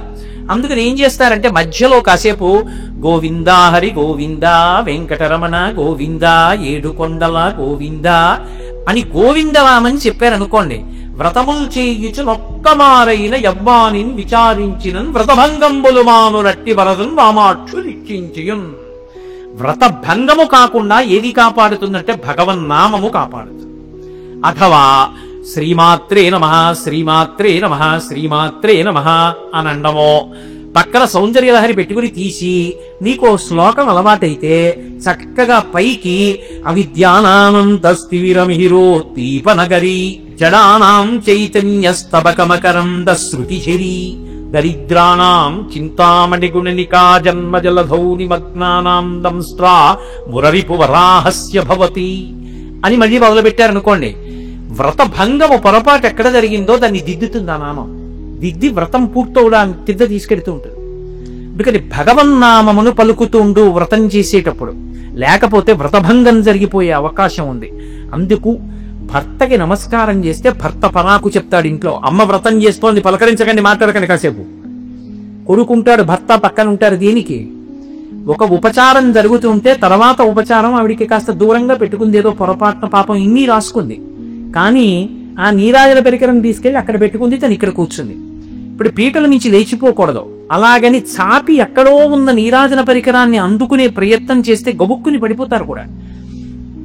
నైవేద్యం అయిపోయింది, తాంబూలం అయిపోయింది, అక్కడెక్కడో ఉంది నీరాజన పరికరం. రోజు పూజ చేయట్లా భర్త తెలియదు నీరాజనం ఇవ్వాలావిడని, కాస్త ఆ పరికరాన్ని దగ్గరికి తీసుకొచ్చి చేతికి అందిస్తాడు. పక్కన కొడుకో భర్తో ఉంటారు. ఎందుకని? అమ్మ వ్రతం పూర్తవ్వాలి. వ్రతం పూర్తవడానికి వీళ్ళందరూ ఉపకరణం కింద నిలబడతారు. నిలబడితే అప్పుడు ఆ ఇంట్లో ఏమైంది? ఆవిడ ఒక్కతే కాదు వ్రతం చేస్తున్నది, అందరూ వ్రతమే చేస్తున్నారు. అది అమ్మ సేవ చేయడం వ్రతంలో. అంటే వ్రతం చేసుకుంటున్న అమ్మకి సేవ చేసి బిడ్డలు తరిస్తారు. కొడుకు పక్కన ఉండాలి, అల్లుడు ఉండాలి. పోని కూతురు ఎక్కడో పెళ్లి చేసుకుని కూతురు ఎక్కడో చేసుకుంటుంది, అల్లుడు అక్కడ ఉన్నాడు. కొడుకు ఉండాలి, కోడలు అత్తగారి పక్కన కూర్చొని చేసుకుంటోంది, భర్త పక్కన ఉండాలి. అంతేగాని ఆవిడ చేసుకుంటోందని ఈ పేపర్ చదువుకోవడం, టీవీ చూసుకోవడం కాదు. అసలు నిజంగా చెప్పాలంటే ఎవరు చేయించాలి వ్రతం అంటే భర్త చేయించాలి. ఎందుకని అంటే భర్త గురువు, ఆయన చేయించాలి వ్రతం. అథవా నీకు రాదు, పోని వదిలిపెట్టేసి ఏ ఉపచారంతో నీరాజనం అన్నప్పుడు కర్పూరం వెలిగించేది దూరంగా ఉందని అర్థం కావట్లేదా? అదైనా దగ్గరికి తీసుకెళ్లి అందించాలి. పాపం బతికున్నంత కాలం వండి పెడుతోంది, ఒక్క వ్రతం చేసుకుంటున్నప్పుడు నీరాజన పరికరం అందించద్దు? తీసుకెళ్లి నీరాజన పరికరాన్ని దగ్గరగా అందించాలి. అప్పుడు ఆ ఇంట ఉన్నటువంటి ఐకమత్యతకి, ఆ భక్తికి ఆవిడ ప్రీతి చెందుతుంది. ఇది చారుమతి వృత్తాంతం చేత ప్రతిపాదింపబడిన విషయం. అందుకు శివుడు అన్నాడు, పార్వతి ఇది మనోహరం. మనోహరం అంటే మనస్సుని హరిస్తుంది. ఎప్పుడు? చూసే వాళ్ళకి, వినే వాళ్ళకి కూడా అబ్బా ఎంత బాగుందో, నిజంగా ఎంత బాగా చేసుకుందో ఆవిడ వరలక్ష్మి వ్రతం, మా అందరికీ కూడానండి ఏమిటో వ్రతం చేసుకున్న అనుభూతి కలిగిందండి అంటారు. అంత గొప్పగా చెయ్యాలి. అంత గొప్పగా చెయ్యాలంటే చక్కగా శ్రావణ శుక్రవారం వస్తోంది అంటే లక్ష్మీవారం నాడు మధ్యాహ్నమే మామిడి మండలు తెచ్చుకుని తోరణాలు కట్టుకుని, అయిన దానికి కాని దానికి పనివాడు పనిపిల్ల తోరణాలు కట్టక్కర్లేదు, ఇంట్లో వాళ్ళు కట్టుకోవచ్చు తోరణం. ఓ తోరణం కట్టుకుని అదంతా కూడా వ్రతంలో అంతర్భాగం. నీ గుమ్మానికో అన్ని గుమ్మాలకి చక్కగా మామిడి తోరణాలు కట్టుకుని, శ్రావణ మాసంలో ఎక్కడ మామిడి పువ్వు మామిడికాయ ఉండదు. ఎక్కడికెళ్ళి మామిడి చెట్టుకి 4 మండలు కోసుకుంటారన్నా ఎవరు ఏమనరు. తెచ్చుకుని ఆకులు కట్టుకోవడం ఎందుకు? 4 కొమ్మలు నువ్వు వెళ్ళి తెచ్చుకోలేవు. తెచ్చుకుని చక్కగా తోరణం కట్టుకుని ఇంటికి లక్ష్మీప్రదంగా గడపలన్నిటికీ కూడా పసుపు రాసుకుని బొట్లు పెట్టుకుని, అది వ్రతమస్తి మనోహరం. ఏవేవి లక్ష్మీ స్థానములో ఆ లక్ష్మీ స్థానములన్నీ కూడా అలంకృతము కావాలి. అసలు లక్ష్మీదేవి పరవశించిపోవాలి ఆ ఇంటి ఉత్సాహానికి. అదంతా కూడా ప్రకటనమయ్యేది పూజలో. అసలు దానికి ముందు నేపథ్యం ఎంత సంతోషమో ఆ వ్రతం చేయడంలో. అంత మనోహరంగా వ్రతం చేస్తే అదంతా పూర్తి చేసి తోర పూజ అంటారు. అంటే ఈమె వ్రతమాచరణ పూర్తి చేసినది. ఇది నవగ్రంథులని 9 గ్రంథులకు పూజ చేస్తారు. ఒక్కొక్క ముడి ఒక్కొక్క రకమైన అభ్యున్నతికి కారకం. మనకి ఎప్పుడైనా జ్ఞాపకం పెట్టుకోండి, 9 మీదే ఆధ్యాత్మ తత్వం అంతా నడుస్తుంది. వినాయక నవరాత్రులు, శారదా నవరాత్రులు, వసంత నవరాత్రులు. ఏమిటి నవరాత్రులు? రాత్రులు ఏం చేశాం మనం? రాత్రి ఏమైనా పూజ చేస్తామా? పోనీ శివరాత్రి అంటే జాగరణ చేస్తాం. మరి నవరాత్రులు ఏమిటి? 9 రాత్రులు ఏం చేస్తారు? ఏమీ చేయరు. ఇప్పుడు ఎలా పడుకుంటారు అలాగే పడుకుంటారు. మరి రాత్రులు అన్న పేరు ఎందుకు వచ్చింది అంటే మీరు ఒకటి బాగా గుర్తుపెట్టుకోండి, 9 తర్వాత ఏమొస్తుంది? 10 వస్తుంది. 10 అంకె కాదు, సంఖ్య. 2 ఉంటాయి కాబట్టి 9 అంకె. అంకెలలో పెద్దది 9. అంకెలు దాటిపోతే 10 వస్తుంది. 10లో ఏముంటాయి? 1 ఉంటుంది, పక్కన 0 ఉంటుంది. ఆ 1 ఏమిటి? పరమాత్మ. అది తప్ప ఇంకొకటి లేదు. దాని పక్కన నువ్వేమయ్యావు? 9 పూర్తి చేస్తే పూర్ణమద పూర్ణమిదం పూర్ణాత్ పూర్ణమదుచ్యతే పూర్ణస్య పూర్ణమాదాయ పూర్ణమేవావశిష్యతే. పూర్ణమయ్యావు. అది 10. 9 చేస్తే 10లోకి వెళ్ళిపోతావు. ఆ 10లోకి వెళ్ళిపోవడానికి 9 చెయ్యాలి. నువ్వు పూర్ణత్వం పొంది 1 పక్కకి వెళ్ళిపోతే 0కి పక్కన 1 లేదనుకోండి, విలువ లేదు. కానీ 0 0గా ఆధ్యాత్మతత్వంలో గొప్పది. అప్పుడు సంఖ్యలలో మొదటిదాని అయిపోతావు, 10 అయిపోతావు, 1 పక్కకి చేరిపోతావు. అలా చేరిపోవడానికి నవరాత్రులు. మరి రాత్రి ఏమిటి? రాత్రి అంటే చీకటి. చీకట్లో ఏమవుతుంది? సత్యాసత్య వస్తు వివేకం పోతుంది. అది తాడో తెలియదు, పావో తెలియదు. దీపం వచ్చిందనుకోండి తెలిసిపోతుంది. అక్కడికి తీసుకొచ్చి చెక్ బుక్ పెట్టండి, LIC పాలసీ పెట్టండి, లేకపోతే చదువుకున్న డిగ్రీ సర్టిఫికెట్ పెట్టండి, ఉద్యోగం ఆర్డర్ పెట్టండి, లేకపోతే మీకు ఎన్ని సన్మాన పత్రాలు ఉన్నాయో అవి తీసుకొచ్చి అక్కడ పెట్టండి. అది తాడో పావో ఏం తెలియదు. దీపం పట్టుకొస్తే తెలుస్తుంది తాడో పావో. అలా 9 రాత్రులు అన్న మాటకు అర్థం ఏమిటంటే చీకటి, జన్మ పరంపరల యందు ఉన్నటువంటి అజ్ఞానం అనేటటువంటి చీకటి పోవడానికి 9 రోజుల ఉపాసన 1 పక్కన 0గా పూర్ణత్వంలోకి తీసుకెళ్తుంది. అలా తీసుకెళ్లగలిగినటువంటి శక్తి నాకు అనుగ్రహింపబడాలి. ఆ పూర్ణత్వం ఇక్కడి నుంచి అక్కడ వరకు వెళ్ళాలి. నాకు పూర్ణము అన్న మాటకు అర్థం నిండుగా ఉండుట. అందుకే మనకి సనాతన ధర్మంలో ఏదు అన్న మాట వాడరు. లాకి ఏత్తం ఆ ఇంట్లో తెలియదు అంటారు. ఏమైనా అడిగితే ఒకవేళ నిజంగా లేవు అనుకోండి, నిండుకున్నాయండి అంటారు. మంగళప్రదంగా చెప్తారు. అయ్యా మీ ఇంట్లో కొద్దిగా ఉప్పు ఉంది ఏమిటి? ఉప్పు అసలు లేదన్న మాట వాడరు. అయ్యా మీ ఇంట్లో కందిపప్పు ఉంది ఏమిటండి అన్నారు అనుకోండి, అయ్యో నిన్ననే కందిపప్పు నిండుకుందే అంటారు. నిండుకుందే అంటే లేదు అన్న మాట వాడకుండా నిండుకుంది అంటే కందిపప్పు లేదు అని ఇంకొకలా చెప్పినట్టు తప్ప అమంగళకర వాక్కు ప్రయోగించరు. అలా పూర్ణత్వం పొందడం అంటే ఇక్కడ పూర్ణత్వం దగ్గర నుంచి పూర్ణం అంటే ఎలా ఉండాలి? తరిగిపోవడం ఉండకూడదు. తరగకుండా ఎలా ఉంటుందండి? తరగకుండా ఉంటుంది. 2 కారణాల చేత ఉంటుంది. ఒకటి, భగవత్ అనుగ్రహం ఉంటే మీరు ఎంత ఖర్చు పెడుతున్నారో అంతా వస్తుంది. ఎలా వస్తుంది అంటే నూతిలోకి నీరు వచ్చినట్టు. నూతిలో నీరు తోడుతూనే ఉన్నాడు, జలం పుడుతూనే ఉంది. ఎక్కడి నుంచి నీరు వచ్చింది నీకు తెలియదు, తోడడం ఒక్కటే నీకొచ్చు. అలా ఎంతమందికి ఎన్ని పెట్టు ఆ ఇంట సమృద్ధి కలుగుతూనే ఉంటుంది. దేని చేత? దేని చేత ఈశ్వరుడు ఆ శక్తినిస్తాడో తెలుసా? ఆ ఇంట ఎప్పుడో ఎవరో ఒక మహాత్ముడు కాళ్ళు కడుక్కున్నాడు, దానికి ఇస్తాడు ఆ శక్తి. కాళ్ళు కడగడం అన్న మాట అర్థం ఏంటో తెలుసా? అందుకే ఒక మాట అడుగుతారు, మీ ఇంట పెద్దలు ఎవరైనా కాళ్ళు కడిగారా అంటారు. పెద్దలు కాళ్ళు కడుగుతా అన్న మాటకు అర్థం ఏంటంటే బురదంటుకుందని కడుక్కోవడం కాదు. అన్నం తింటే వాళ్ళ ఇంట్లో భోజనం చేస్తే వాళ్ళ ఇంట్లో కాళ్ళు కడుక్కుని వెళ్ళిపోతారు. అసలు ఎప్పుడు భోజనం చేసినా కాళ్ళు కడుక్కోవాలి. కాళ్ళు కడుక్కుని వెళ్ళిపోయారు అనుకోండి, అలా తనని నమ్ముకున్నటువంటి పరమ భాగవతోత్తముడు ఒకడు ఇంటికి వచ్చి ఏదైనా తిని కాళ్ళు కడుక్కుని వెళుతున్నాడు అనుకోండి, సింహాసనంలో ఉన్న పరమాత్మ పరవశించిపోతాట. వాడు కోరుకున్నవాడు కాడురా, వాడికి నేనున్నాను. వాడేం లేక కోరుకుని ఇల్లు తిరిగేవాడు కాడు. వాడి ఏదో నా కార్యం మీద వచ్చాడు, నా కార్యం మీద వచ్చిన వాడికి అన్నం పెట్టావు, వాడి కడుపు నిండింది, వాడు ఎంత సంతోషించాడో. వాడు నీ ఇంట కాళ్ళు కడుక్కుని వెళ్ళిపోయాడు. వాడు కాళ్ళు కడుక్కుని వాడు బ్రేవమని తేనిస్తే, రామాయణంలో చెప్తారు, వాడు బ్రేవమని తేనిస్తే దేవతలందరూ కూడా పరిపుష్టి కలగాలి ఇంటికని ఆశీర్వచనం చేస్తారు. వాడి కడుపు నిండింది. అందుకు భాగవతంలో నందుడంటాడు, ఊరకరారు మహాత్ములు వా రథముల ఇండ్ల కడకు వచ్చుటెల్లెల్లం కారణము మంగళములకు మీరొచ్చుట శుభము మాకు నిజము మహాత్మా అంటారు. కాబట్టి పూర్ణ అంటే తరిగిపోవడం అన్నది ఉండదు, ఎప్పుడూ ఆ నిండుతనం అలాగే ఉంటుంది. అది ఎక్కడి నుంచి వస్తుందంటే ఒక్కొక్క మహాత్ముడికి పెట్టినటువంటి అన్నం. ఎవరో పరమేశ్వరుడు ఏదైనా గొప్ప అభ్యున్నతిని కల్పించాలి అంటే 100 యజ్ఞములు చేస్తే కూడా రానంత ఫలితాన్ని కట్టపెట్టాలి అనుకుంటే ఎవరో ఒక పరమభక్తి తత్పరుడైనటువంటి వాణ్ణి ఇంటికి అతిథిగా పంపిస్తాడు. ఏదో తినడానికి వస్తాడు ఆయన. ఆయన తిని తృప్తి పొంది త్రేయించి కాళ్ళు కడుక్కుని వెళ్ళిపోయాడా, చాలరా నన్ను నవ్వుకున్న వాడికి ఇంత అన్నం పెట్టావురా అని ఈశ్వరుడు వాడికి ఎనలేని సుఖాలు ఇచ్చేస్తాడు. కాబట్టి 9 మూడుల తోరమును కట్టుకుంది ఆడది అంటే దానికి అర్థం ఏంటంటే ఆమె పూర్ణత్వాన్ని పొందుతోంది. ఎక్కడికి పూర్ణత్వం? ఒకటి పక్క 0 నుండి ఇక్కడ ఆమెకి లేదన్న మాట ఉండదు. ఇల్లాలుగా అన్నిటా పూర్ణత్వం. ఇంట్లో లేదన్న మాట లేకుండా సంతోషంగా ఇంత లక్ష్మి చెరించినట్టే ఆ స్థితిని పొందుతుంది. ఆ తోరాన్ని కట్టుకుని ప్రదక్షిణం చేస్తారు. అమ్మవారి మూర్తిని అందుకే ఒక గోడ దగ్గరకి పెట్టారు వరలక్ష్మీ వ్రతం చేసేటప్పుడు. ఎందుకు పెట్టారంటే వరలక్ష్మి వ్రతం ఎంత గొప్పదో వరలక్ష్మీ వ్రతం అనందు ప్రదక్షిణం అంత ముఖ్యం. ప్రదక్షిణం చేయాలంటే మీరు గోడ దగ్గర పెట్టారనుకోండి, ఎలా చేస్తారు? మీరు చేయలేరు. ప్రదక్షిణం చెయ్యాలంటే ఒక గది మధ్యలోకి ఉంచాలి, ఉంచితే మీరు ప్రదక్షిణం చెయ్యగలరు. ప్రదక్షిణం అన్న మాటకు అర్థం ఏంటి? దక్షిణం అంటే కుడి, వామ అంటే ఎడమ. ప్రదక్షిణం దోషం అంటే చీకటి, దోషం అంటే ఏదో తప్పు అని కాదు, దోషము అంటే చీకటి అనే సంస్కృతంలో. ప్రదోషం అంటే చీకటి పడడానికి ముందున్న కాలము ప్రదోషం.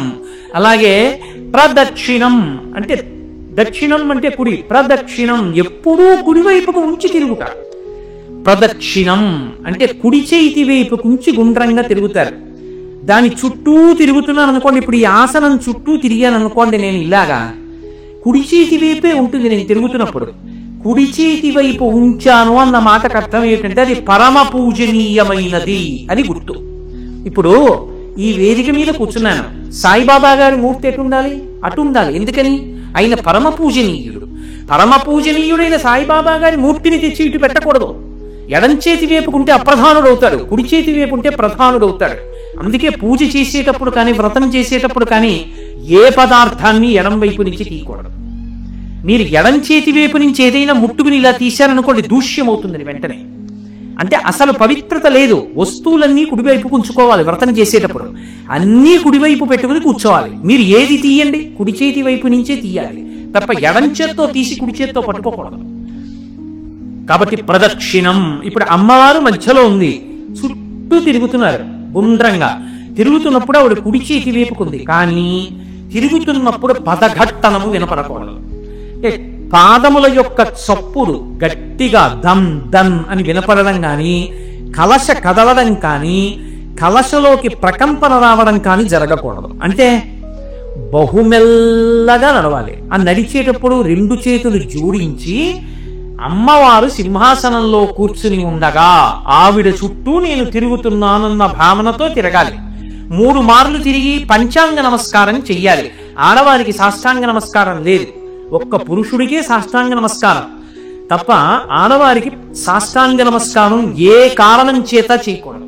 ఒకవేళ చేశారనుకోండి, మీరు వ్రతం చేస్తుంటే మీరు ఎవరిని ఉద్దేశించి వ్రతం చేస్తున్నారో ఆ దేవత, మీరు దేవాలయంలో చేస్తే దైవము సిగ్గుతో తలంచుకుంటాడు.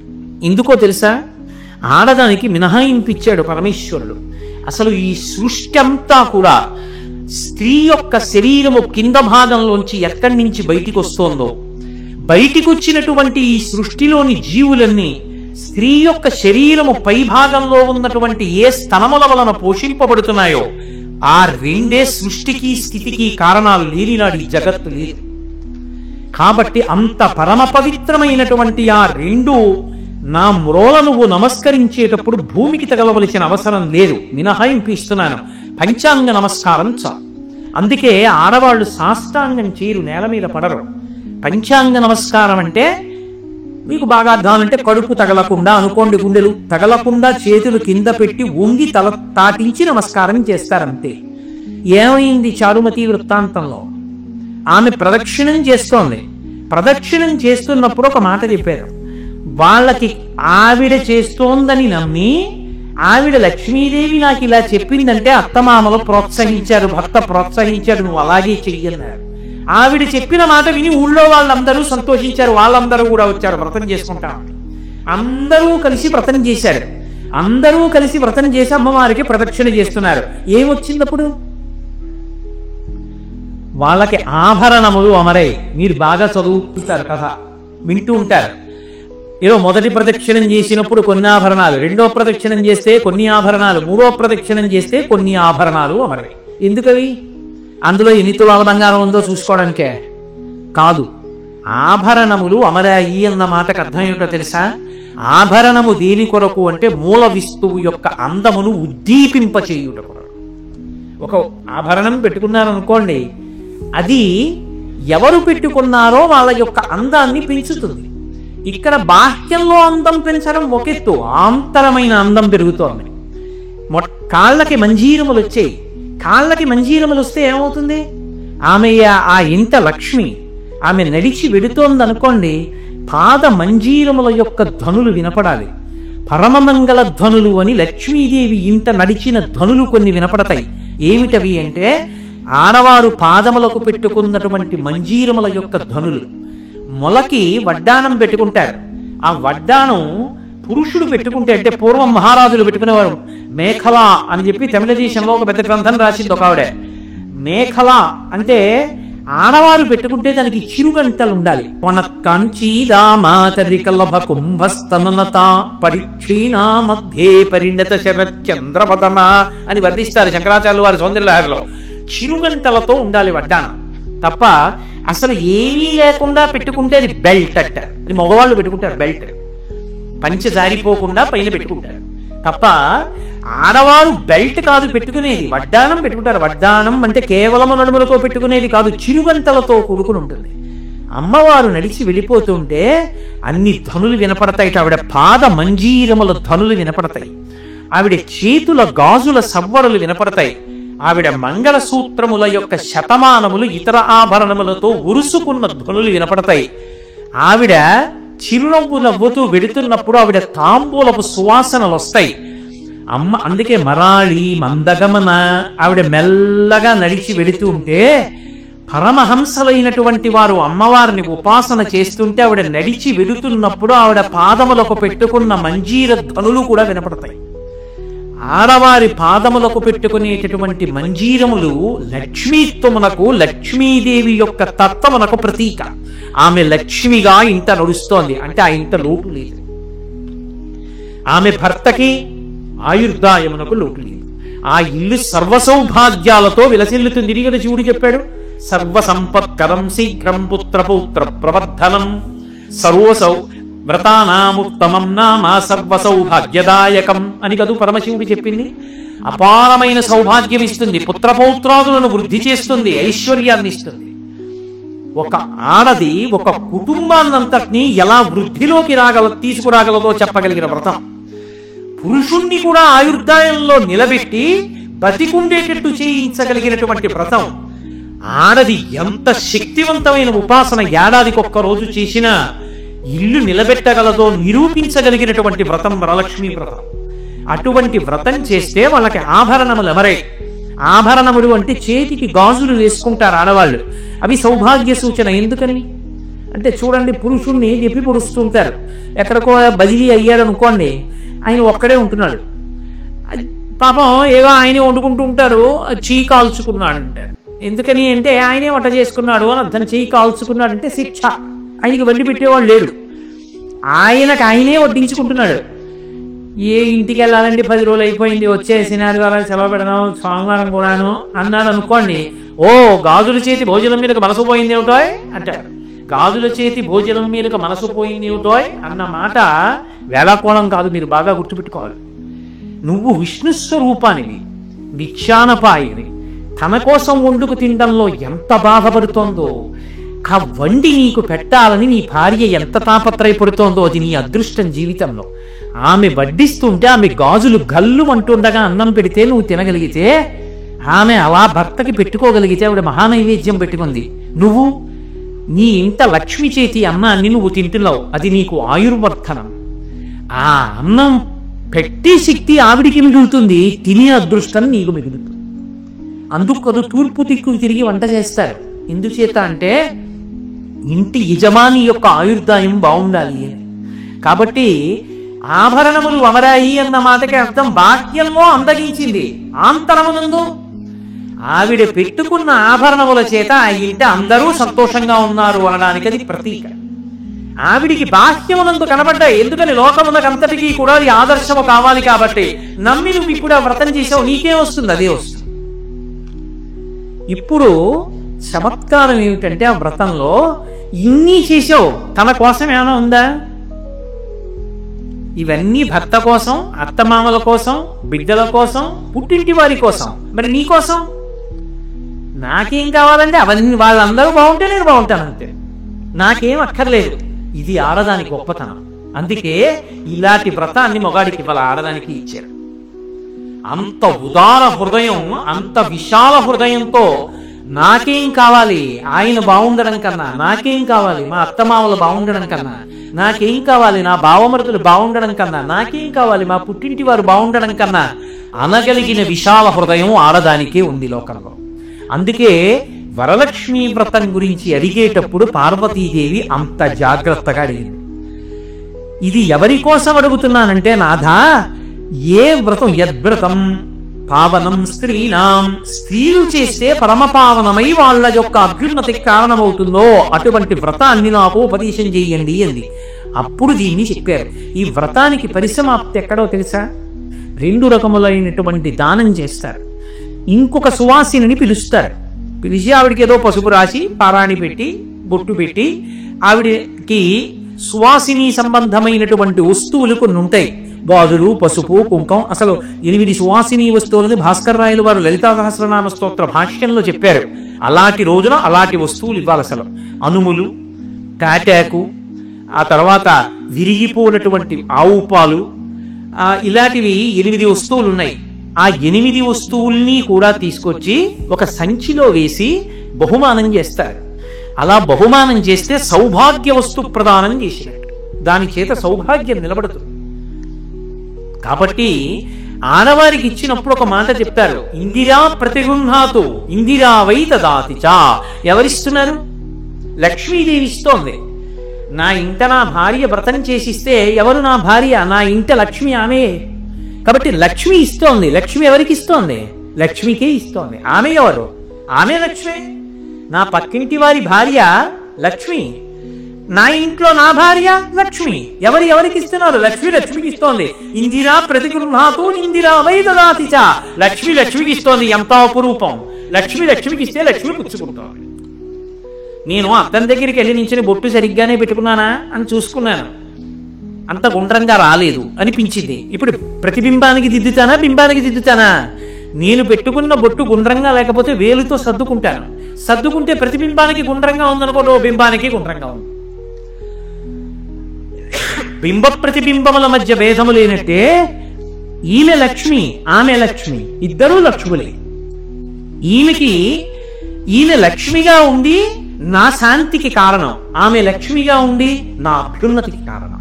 ఎలా అంటే, నేను ఇలా వీధిలోకి వచ్చాను, ఎదిరింటి ఇల్లాలు బయటికి వచ్చింది. నేను వెంటనే ఆవిడ పాదాల వంక ఒకసారి చూసి మనసులో ఒక నమస్కారం చేసుకుని చెప్పులు వేసుకెళ్ళిపోయాను. ఏదో ఇలా అనలేదు, ఇలా ఒక్కసారి పాదాల వంక చూసి ఇలా కళ్ళు మూసుకుని చెప్పులు వేసుకెళ్ళిపోయాను. నా తల్లి లక్ష్మి. ఎందుకంటే ఆవిడ గృహలక్ష్మి, గృహే గృహే. ఆవిడ ఎక్కడెక్కడ ఎలా ఉంటుందో ఇంద్రుడికి చూపించింది. కైలాసే పార్వతీ త్వంచ క్షీరోధే సింధు కన్యక స్వర్గే చ సర్గలక్ష్మిస్త్వం మర్చలక్ష్మిశ్చ భూతలే వైకుంఠే చ మహాలక్ష్మీ దేవదేవి సరస్వతి గంగా చ తులసీ త్వంచ సావిత్రి బ్రహ్మలోకగా కృష్ణ ప్రాణాదిదేవి త్వంగోలోకే రాధికా స్వయం రాసే రాసేశ్వరీ త్వంచ బృందా బృందావనే. ఆవిడ ఎక్కడెక్కడ ఏ లోకంలో ఏ పేరుతో ఉంటుందో చెప్పి రాజ్యలక్ష్మి రాజగేహే గృహలక్ష్మి గృహే గృహే. మహారాజు గారి దగ్గర అయితే రాజ్యలక్ష్మి, ప్రతి ఇంట్లో గృహలక్ష్మి. కాబట్టి ఇప్పుడు నా ఎదిరింటి అయిన భార్య ఎవరు? లక్ష్మి. నేను పూజ చేసి బయటికి వెడుతుంటే లక్ష్మీదేవి నాకు కనపడింది, చూడరా నా పాదాలని. ఆవిడ పాదాల వంక చూసి నమస్కారం చేసి వెళ్ళిపోయాను అనుకోండి, ఆ నమస్కారం లక్ష్మీదేవికే ఉంది. నా భార్య విషయంలో నమస్కారం ఉండదు, చిన్నది, నమస్కారం చేయకూడదు. కానీ ఆమె నా ఇంటి లక్ష్మి, నా సమస్త అభ్యున్నతులకు కారణం ఆమెయే. అందుకే వేదంలో ఒక మాట ఉంది, అసలు ఇంటికి ఆస్తికంతటికి యజమానురాలు ఎవరో తెలుసా? వేదంలో భార్య, భర్త కాడు. ఆస్తికంతటికి యజమానురాలు భార్యయే. మంగళసూత్రం కట్టగానే అంతా ఆవిడిదే అవుతుంది. నేను డబ్బులు పెట్టి గోదానం చేశాను అనుకోండి, సగం ఆవిడికి ఎందుకు ఎడుతుందో తెలుసా? ఆవిడ డబ్బుల్లోంచి గోవుని కొని దానం చేసినందుకు సగం నాకు, డబ్బు ఆవిడిది కాబట్టి సగం ఆవిడికి. అంతకుముందు నేనే సంపాదించింది అయినా కూడా, ఇప్పుడే నేను సంపాదిస్తున్నది అయినా కూడా. ఎందుకంటే సహజంగా ఆవిడ ఇంటికి యజమానురాలు. నేను అబద్ధం చెప్పాను అనుకుంటే మీరు వివాహ ప్రకరణానికి సంబంధించి వేద వ్యాఖ్యానాలు చూడండి. అంత పెద్ద స్థానం ఇచ్చి గౌరవించింది. వేరొక ఇల్లాలికి, వేరొక సువాసినికి దానం చేస్తారు, దాంతో ఒక స్థాయిలో పూర్తవుతుంది. అసలు వరలక్ష్మీ వ్రతం అంతా ఎప్పుడు పూర్తవుతుంది అంటే, ఒక మాట చెప్పారు, అది పూర్తి అయింది అని ఎప్పుడు పిలవాలంటే వృద్ధుడైనటువంటి ఒక బ్రాహ్మణుణ్ణి పిలవాలి. గంధాధిభిరలంకృత్వా సుశీలం వృద్ధభూసరం భూసురం. సుశీలం, మంచి నడవడ కలిగినటువంటి వృద్ధుడైనటువంటి భూసురుడు. వృద్ధుడైన భూసురుడు అన్న మాటకి రెండు అర్థాలు ఉంటాయి. వృద్ధుడైన బ్రాహ్మణుడు అంటే శరీరమునందు వయసు చేత వృద్ధుడైన వాడు ఒక అర్థం. ఆయన వయసుతో నీకు సంబంధం లేదు, ఆయన జ్ఞానము చేత వృద్ధుడైనటువంటి వాడు. పిలిచి కూర్చోపెట్టి గంధాధిభిరలంకృత్వా, చందనాన్ని తీయాలి. మన ఇంట సానా గంధపు చెక్క ఉండాలి. ఎందుకంటే ఏది పడితే అది చర్మానికి రాస్తే పొక్కుతుంది. చందనానికి ఆ ఇబ్బంది ఉండదు. నిజంగా తీసిన చందనం చల్లగా ఉంటుంది. చందనాన్ని అలంకారం చేస్తే వెంటనే అతిథి రూపంలో ఉన్నటువంటి విష్ణువు ప్రీతి చెందుతాడు. అది విష్ణువుకి సమర్పణం అయిపోతుంది. అందుకే ఎవరింటికన్నా భోజనానికి వెడితే ఇంట ఏం చేస్తారంటే, భోజనం అవ్వగానే చందన పాత్ర తీసుకొచ్చి అక్కడ పెడతారు. వాళ్ళ అలంకారం చేయరు, అక్కడ పెడతారు. పెడితే ఏం చేస్తారంటే చందనం తీసి చీకడుక్కుని కాళ్ళు కడుక్కుని వచ్చిన తరువాత ఆ చందన పాత్రలోంచి కొంచెం చందనం తీసి తలం ఇలా పెట్టుకుంటాడు. చందనం పెట్టేసుకున్నాడు అంటే భోజనం అయిపోయింది అని గుర్తు. చందనం పెట్టుకోవడానికి చందనం ఇస్తే ఆయన చందనాలంకృతుడైతే విష్ణువు చందనము చేత అలంకృతుడైపోతాడు. అది విష్ణు ప్రీతికి కారణమైపోతుంది. అందుకని ఇంట ఎవరైనా వస్తే వారికి పెట్టిన భోజనం దేనితో పూర్తవుతుంది అంటే చందనం ఇవ్వడంతో పూర్తవుతుంది. అందుకే మీరు ఎప్పుడైనా చూడండి, ఇంటికి ఎవరినైనా పిలిచారనుకోండి, మేము మీకు అన్నం పెడతామండి, మీరు అన్నం లేని వాళ్ళు కదండి, మా ఇంట్లో బూట్లు వేసుకుని తెల్లబట్టలు వేసుకుని కొంతమంది నించుంటారు, మీరు ఒక కంచం పెట్టుకుని అడుక్కు తినే వాళ్ళలా ఒక్కొక్కరి దగ్గరికి వెడితే ఓడు పప్పు, ఓడు కూర, ఓడు పచ్చడి వేస్తాడు. విందు 12 నుంచి 2:10 వస్తే అన్నం ఉండదు. అలా ఉండవు శుభలేఖలు.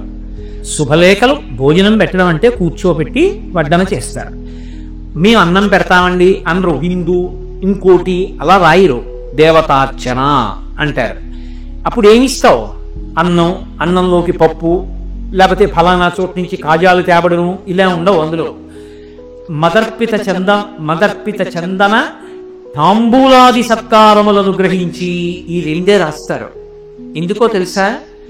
వచ్చిన వారిని నువ్వు పరిపూర్ణంగా సత్కరించేశావని గుర్తు ఏమిటంటే గౌరవించావని గుర్తు తాంబూలం ఇస్తారు. తాంబూలం అంటే డబ్బులని కాదు నా ఉద్దేశం. తమలపాకులు, వక్కలు, పళ్ళు పెట్టి ఇస్తే ఇంటికి వచ్చిన వాణ్ణి పరిపూర్ణంగా గౌరవించినట్టు. అందుకే విరాట పర్వంలో కూడా ఉత్తరతో తాంబూలం ఇప్పిస్తాడు విరాట్రాజు గారు అర్జునుడికి, గురువు గౌరవనీయుడు అని. కాబట్టి చందన, నీకు గంధం రాస్తాను. ఎప్పుడు రాస్తావు? లోపలికి ఎడుతున్నప్పుడు పువ్వులు ఇవ్వడం, లేకపోతే నీళ్లు చల్లడం, ఆ వచ్చిన వాళ్ళందరి మీద ఒళ్ళు తెరిచిపోయేటట్టుగా రాయడం, లేకపోతే సెంటెట్టుకు వచ్చి వాడికి పరిశం పడుతుందేమో చూడకుండా కొట్టేయడం, అవి కాదు అలంకారాలంటే. ఆయన కడుపు నిండా భోజనం చేసి అందరి దగ్గర బ్రేవ్ బ్రేవ్ అన్న శబ్దాలు వినపడాలి. అలా తిని వాళ్ళు లేచి కాళ్ళు కడుక్కుని వెళుతూ ఉంటే వాళ్ళకి చందనాలంకారం చేస్తారు, అంటే చందనం రాస్తారు వాళ్ళకి. అలా చందన తాంబూలాది సత్కారములను గ్రహించి, అందుకని వ్రతం ఎప్పుడు పూర్తవుతుంది అంటే చందనాభిలలంకృత్వా, ఆ చందనమో మొదలైనటువంటి వాటితో సుశీలం వృద్ధభూసురం, బుద్ధుడైనటువంటి బ్రాహ్మణుణ్ణి తీసుకొచ్చి కూర్చోపెట్టి అమంత్రకం అంటే మంత్రం చెప్పక్కర్లేదు, కాస్త చందనం తీసాయనికి రాసి, కాసిన అక్షతలు తీసాయన పాదాల మీద వేసి, కాసిన పువ్వులు తీసాయన పాదాల మీద వేసి, పుష్పహారం వెయ్యరు. పరపురుషుడి మెడలో స్త్రీ హారం వేయకూడదు, ఒక్క భర్త మెడలోనే వేస్తుంది. అందుకని పుష్పములు పాదముల మీద వేసి, అప్పుడు ఏం చెయ్యాలి అన్నది కూడా శాస్త్రం చెప్పింది. ఏం చెయ్యాలి అంటే తస్యాం, అప్పుడు దత్వా చవాయనం ద్వాదశాపూప సంయుతం. అపూపము అంటే పిండి వంట. వండిన అన్నం కానీ, వండిన కూరలు కానీ, వండని పళ్ళు కాయలు కానీ ఇవ్వకూడదు. వండినటువంటి పిండి వంటలు 12 ఇవ్వాలి. 12 అంటే 12 రకాల పిండి వంటలు చేయించావు, మంచిదే. 12 రకాలు చేయించలేదు, 12 ఉండ్రాళ్ళు పెట్టు. 12 అంకెకి తగ్గకూడదు. 12 అంకె ఎందుకు అంటే 12 నెలలకి సంకేతం. 12 నెలలలోనూ నువ్వు దానాలు చేసినట్టే, బ్రాహ్మణ పూజ చేసినట్టే. ద్వాదశాపూప సంయుతం, అవి పిండి వంటలై ఉండాలి. ఆ పిండి వంటలు 12 వాయనంగా పెట్టి సుశీలం వృద్ధభూసురం ఆ బ్రాహ్మణుడు ఇచ్చి, ఆయన దగ్గర ఇందిరా ప్రతికుడు నాతో ఇందిరా వైదదాదిచా ఉండదు. ఆయన విష్ణుస్వరూపంగా భావన చేసి నీకు అనడం వస్తే విష్ణుస్వరూపాయ బ్రాహ్మణాయ తుభ్యం నమః. నీకు అనడం రాకపోతే వంగి 2 చేతులు ఇలా పెట్టకు, ఈ చెయ్యి మీద ఈ చెయ్యి వెయ్యాలి. ఎందుచేత అంటే ఆయన ఇలా నిలబడ్డారనుకోండి, ఆయన ఇలా నిలబడినప్పుడు ఆయన కుడి పాదం ఇటు ఉంటుంది, ఆయన ఎడం పాదం ఇటు ఉంటుంది. నేను ఇలా పెట్టాననుకోండి, ఎడం పాదం మీద కుడి చెయ్యి, కుడి పాదం మీద ఎడం చెయ్యి పెట్టినట్టు అవుతుంది, అప్పుడు దోషం వస్తుంది. నేను కుడి చెయ్యి ఎడం చెయ్యి మీద పెట్టి పాదములను ఎప్పుడూ ముట్టుకోకూడదు. ఎవరికైనా పెద్దలకి నమస్కారం చేసేటప్పుడు వాళ్ళ పాదాలు ఏ కారణం చేత ముట్టుకోవడానికి వీల్లేదు, స్పృశించకూడదు.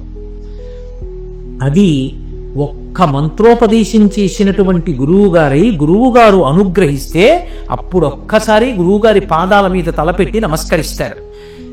మిగిలిన సమయాలలో పెద్దలు నమస్కరిద్దాం అనుకుంటే వారు నిలబడిన చోట భూమిని ముట్టుకోవాలి. ఇలా 2 చేతులతో ముట్టుకుని నమస్కారం చెయ్యాలి తప్ప వాళ్ళ పాదాలు ముట్టుకోవడం దోషభూయిష్టం, తప్పు. అలా ఎప్పుడు చేయకూడదు, అసలు అలా ముట్టుకోకూడదు. కాబట్టి అలా నమస్కారం చేసి ఆయన అక్షతలు వేస్తాడు. అది చెప్పక్కర్లేదు కదా కథలో. ఆయన అక్షతలు వేసి ఆశీర్వచనం చేస్తారమ్మా దీర్ఘ సుమంగళీ భవ పుత్రపౌత్రాభివృద్ధిరస్తు అంటాడు. ఆయన అన్న మాట విష్ణువు నోటి నుండి వచ్చిన మాట, దాని చేత వ్రతము అక్కడితో పూర్తవుతుంది. నీకు సంతోషం ఉంది, బోరెడంత మంది లక్ష్మీదేవుల రూపాలలో సువాసినులు నీ ఇంట్లోకి రావాలనుంది. లోపలికి పిలుస్తారు, పిలిచి పేరంటం అంటారు. సాయంకాలం వేళ తెలుగు సంప్రదాయంలో పేరంటం పిలిచామండి అంటారు. అనేక మంది సువాసినులు వస్తారు.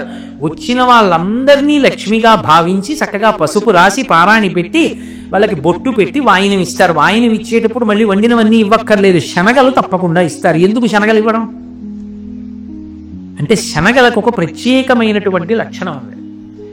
శనగ కానీ ఎవరికైనా ఇచ్చినా శనగని దారంతో గుచ్చి దండ చేసినా అది ఎవరికి వెయ్యాలి అంటే పెద్ద స్థాయిలో ఉండేటటువంటి పరమ గురువులైనటువంటి వారి మెళ్ళో వేస్తారు ఆ హారాలు. ఇప్పటికీ ఢిల్లీలో ఒక దేవాలయం ఉంది, దాన్ని మలయ మందిర్ అని పిలుస్తారు. ఢిల్లీకి నడిబొట్టులో ఒక చిన్న కొండ మీద ఉంటుంది సుబ్రహ్మణ్య దేవాలయం. పరమాద్భుతమైన దేవాలయం. ఆ దేవాలయం లోపలికి వెడుతుంటే ఎడంచీతి పక్కన పూలు పళ్ళు అమ్మే కొట్లు ఉంటాయి.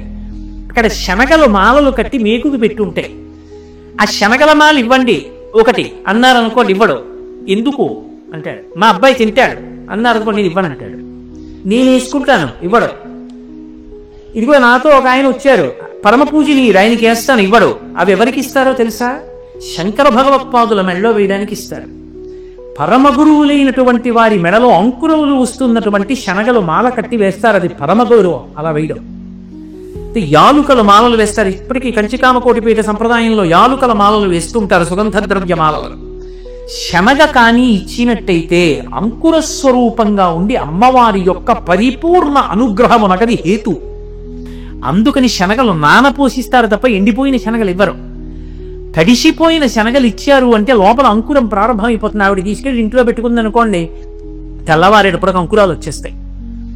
అలా అంకురం వచ్చిన శనగలు వెళ్ళాయి అంటే, స్త్రీ పుచ్చుకుంది సువాసిని అంటే సాక్షాత్తు లక్ష్మి పుచ్చుకుందంటే అపారమైన ఐశ్వర్యమునకు అది హేతు.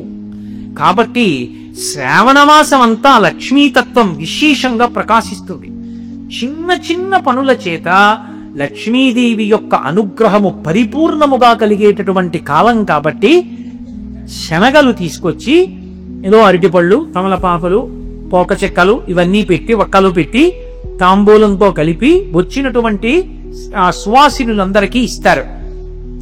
ఇల్లంతా మంచి శోభస్కరంగా ఆ రోజంతా కూడా లక్ష్మీప్రదంగా గడుస్తుంది.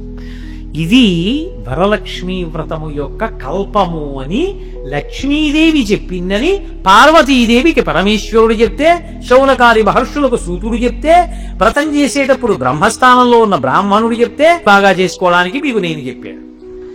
కాబట్టి వ్రతాన్ని చేసేటప్పుడు ఎప్పుడూ కూడా ముందుగా అధ్యవసాయ బుద్ధితో పరిశీలనం చేసి పరమ సంతోషంతో ప్రహృష్టమైనటువంటి హృదయంతో చేసుకోవాలి. వారు వీరు చెప్పిన మాట కాదు, సాక్షాత్ శంకరుడు చెప్పాడు ఇంత గొప్ప వ్రతం పార్వతీ అని. కాబట్టి అటువంటి వ్రతాన్ని జన్మ హక్కు కాబట్టి సువాసినులకి పరమ సంతోషంగా, మన దగ్గర ఎంత లేదన్న దానితో సంబంధం లేదు, ఉన్నదానితో మనసు రమించడం ప్రధానం. ఇందాక మీకు నేను చెప్పేది ఉపచారాలు, అటువంటి ఉపచారములతో పరమ సంతోషంగా ఆ వ్రతాన్ని చేసుకుంటారు. కాబట్టి శ్రావణ మాసం దక్షిణాయనంలో వచ్చి అందరినీ ఉద్ధరించగలిగినటువంటి కాలం. ఆ కాలాన్ని ఎవడు సద్వినియోగం చేసుకుంటాడో, ఎవడు ఆ తిథులను నైమిత్తిక తిథులుగా చక్కగా అనుష్ఠానం చేస్తాడో అటువంటి వాడు ఇహమునందు పరమనందు కూడా సమస్తమైనటువంటి సౌఖ్యములను పొందుతాడు. మీ అందరూ ఇంత క్రమశిక్షణతో విన్నందుకు మీ అందరికీ భగవంతుని యొక్క పరిపూర్ణమైన అనుగ్రహం కలుగుగాక అని ఈశ్వరుడి యొక్క పాదములు పట్టి ప్రార్థన చేస్తూ, మంగళాశాసనపరై పదాచార్య పురోగమై సర్వైశ్చ పూర్వైరాచార్యై సత్కృతాయాస్తు మంగళం. మంగళం కోసలేంద్రాయ మహనీయ గుణాత్మనే చక్రవర్తి తనూజాయ సర్వభౌమాయ మంగళం. ఉమాకాంతాయ కాంతాయ కామితార్థప్రదాయిని శ్రీగిరీశాయ దేవాయ మలినాథాయ మంగళం. సర్వం శ్రీ ఉమామహేశ్వర పరబ్రహ్మార్పణమస్తు. స్వస్తి.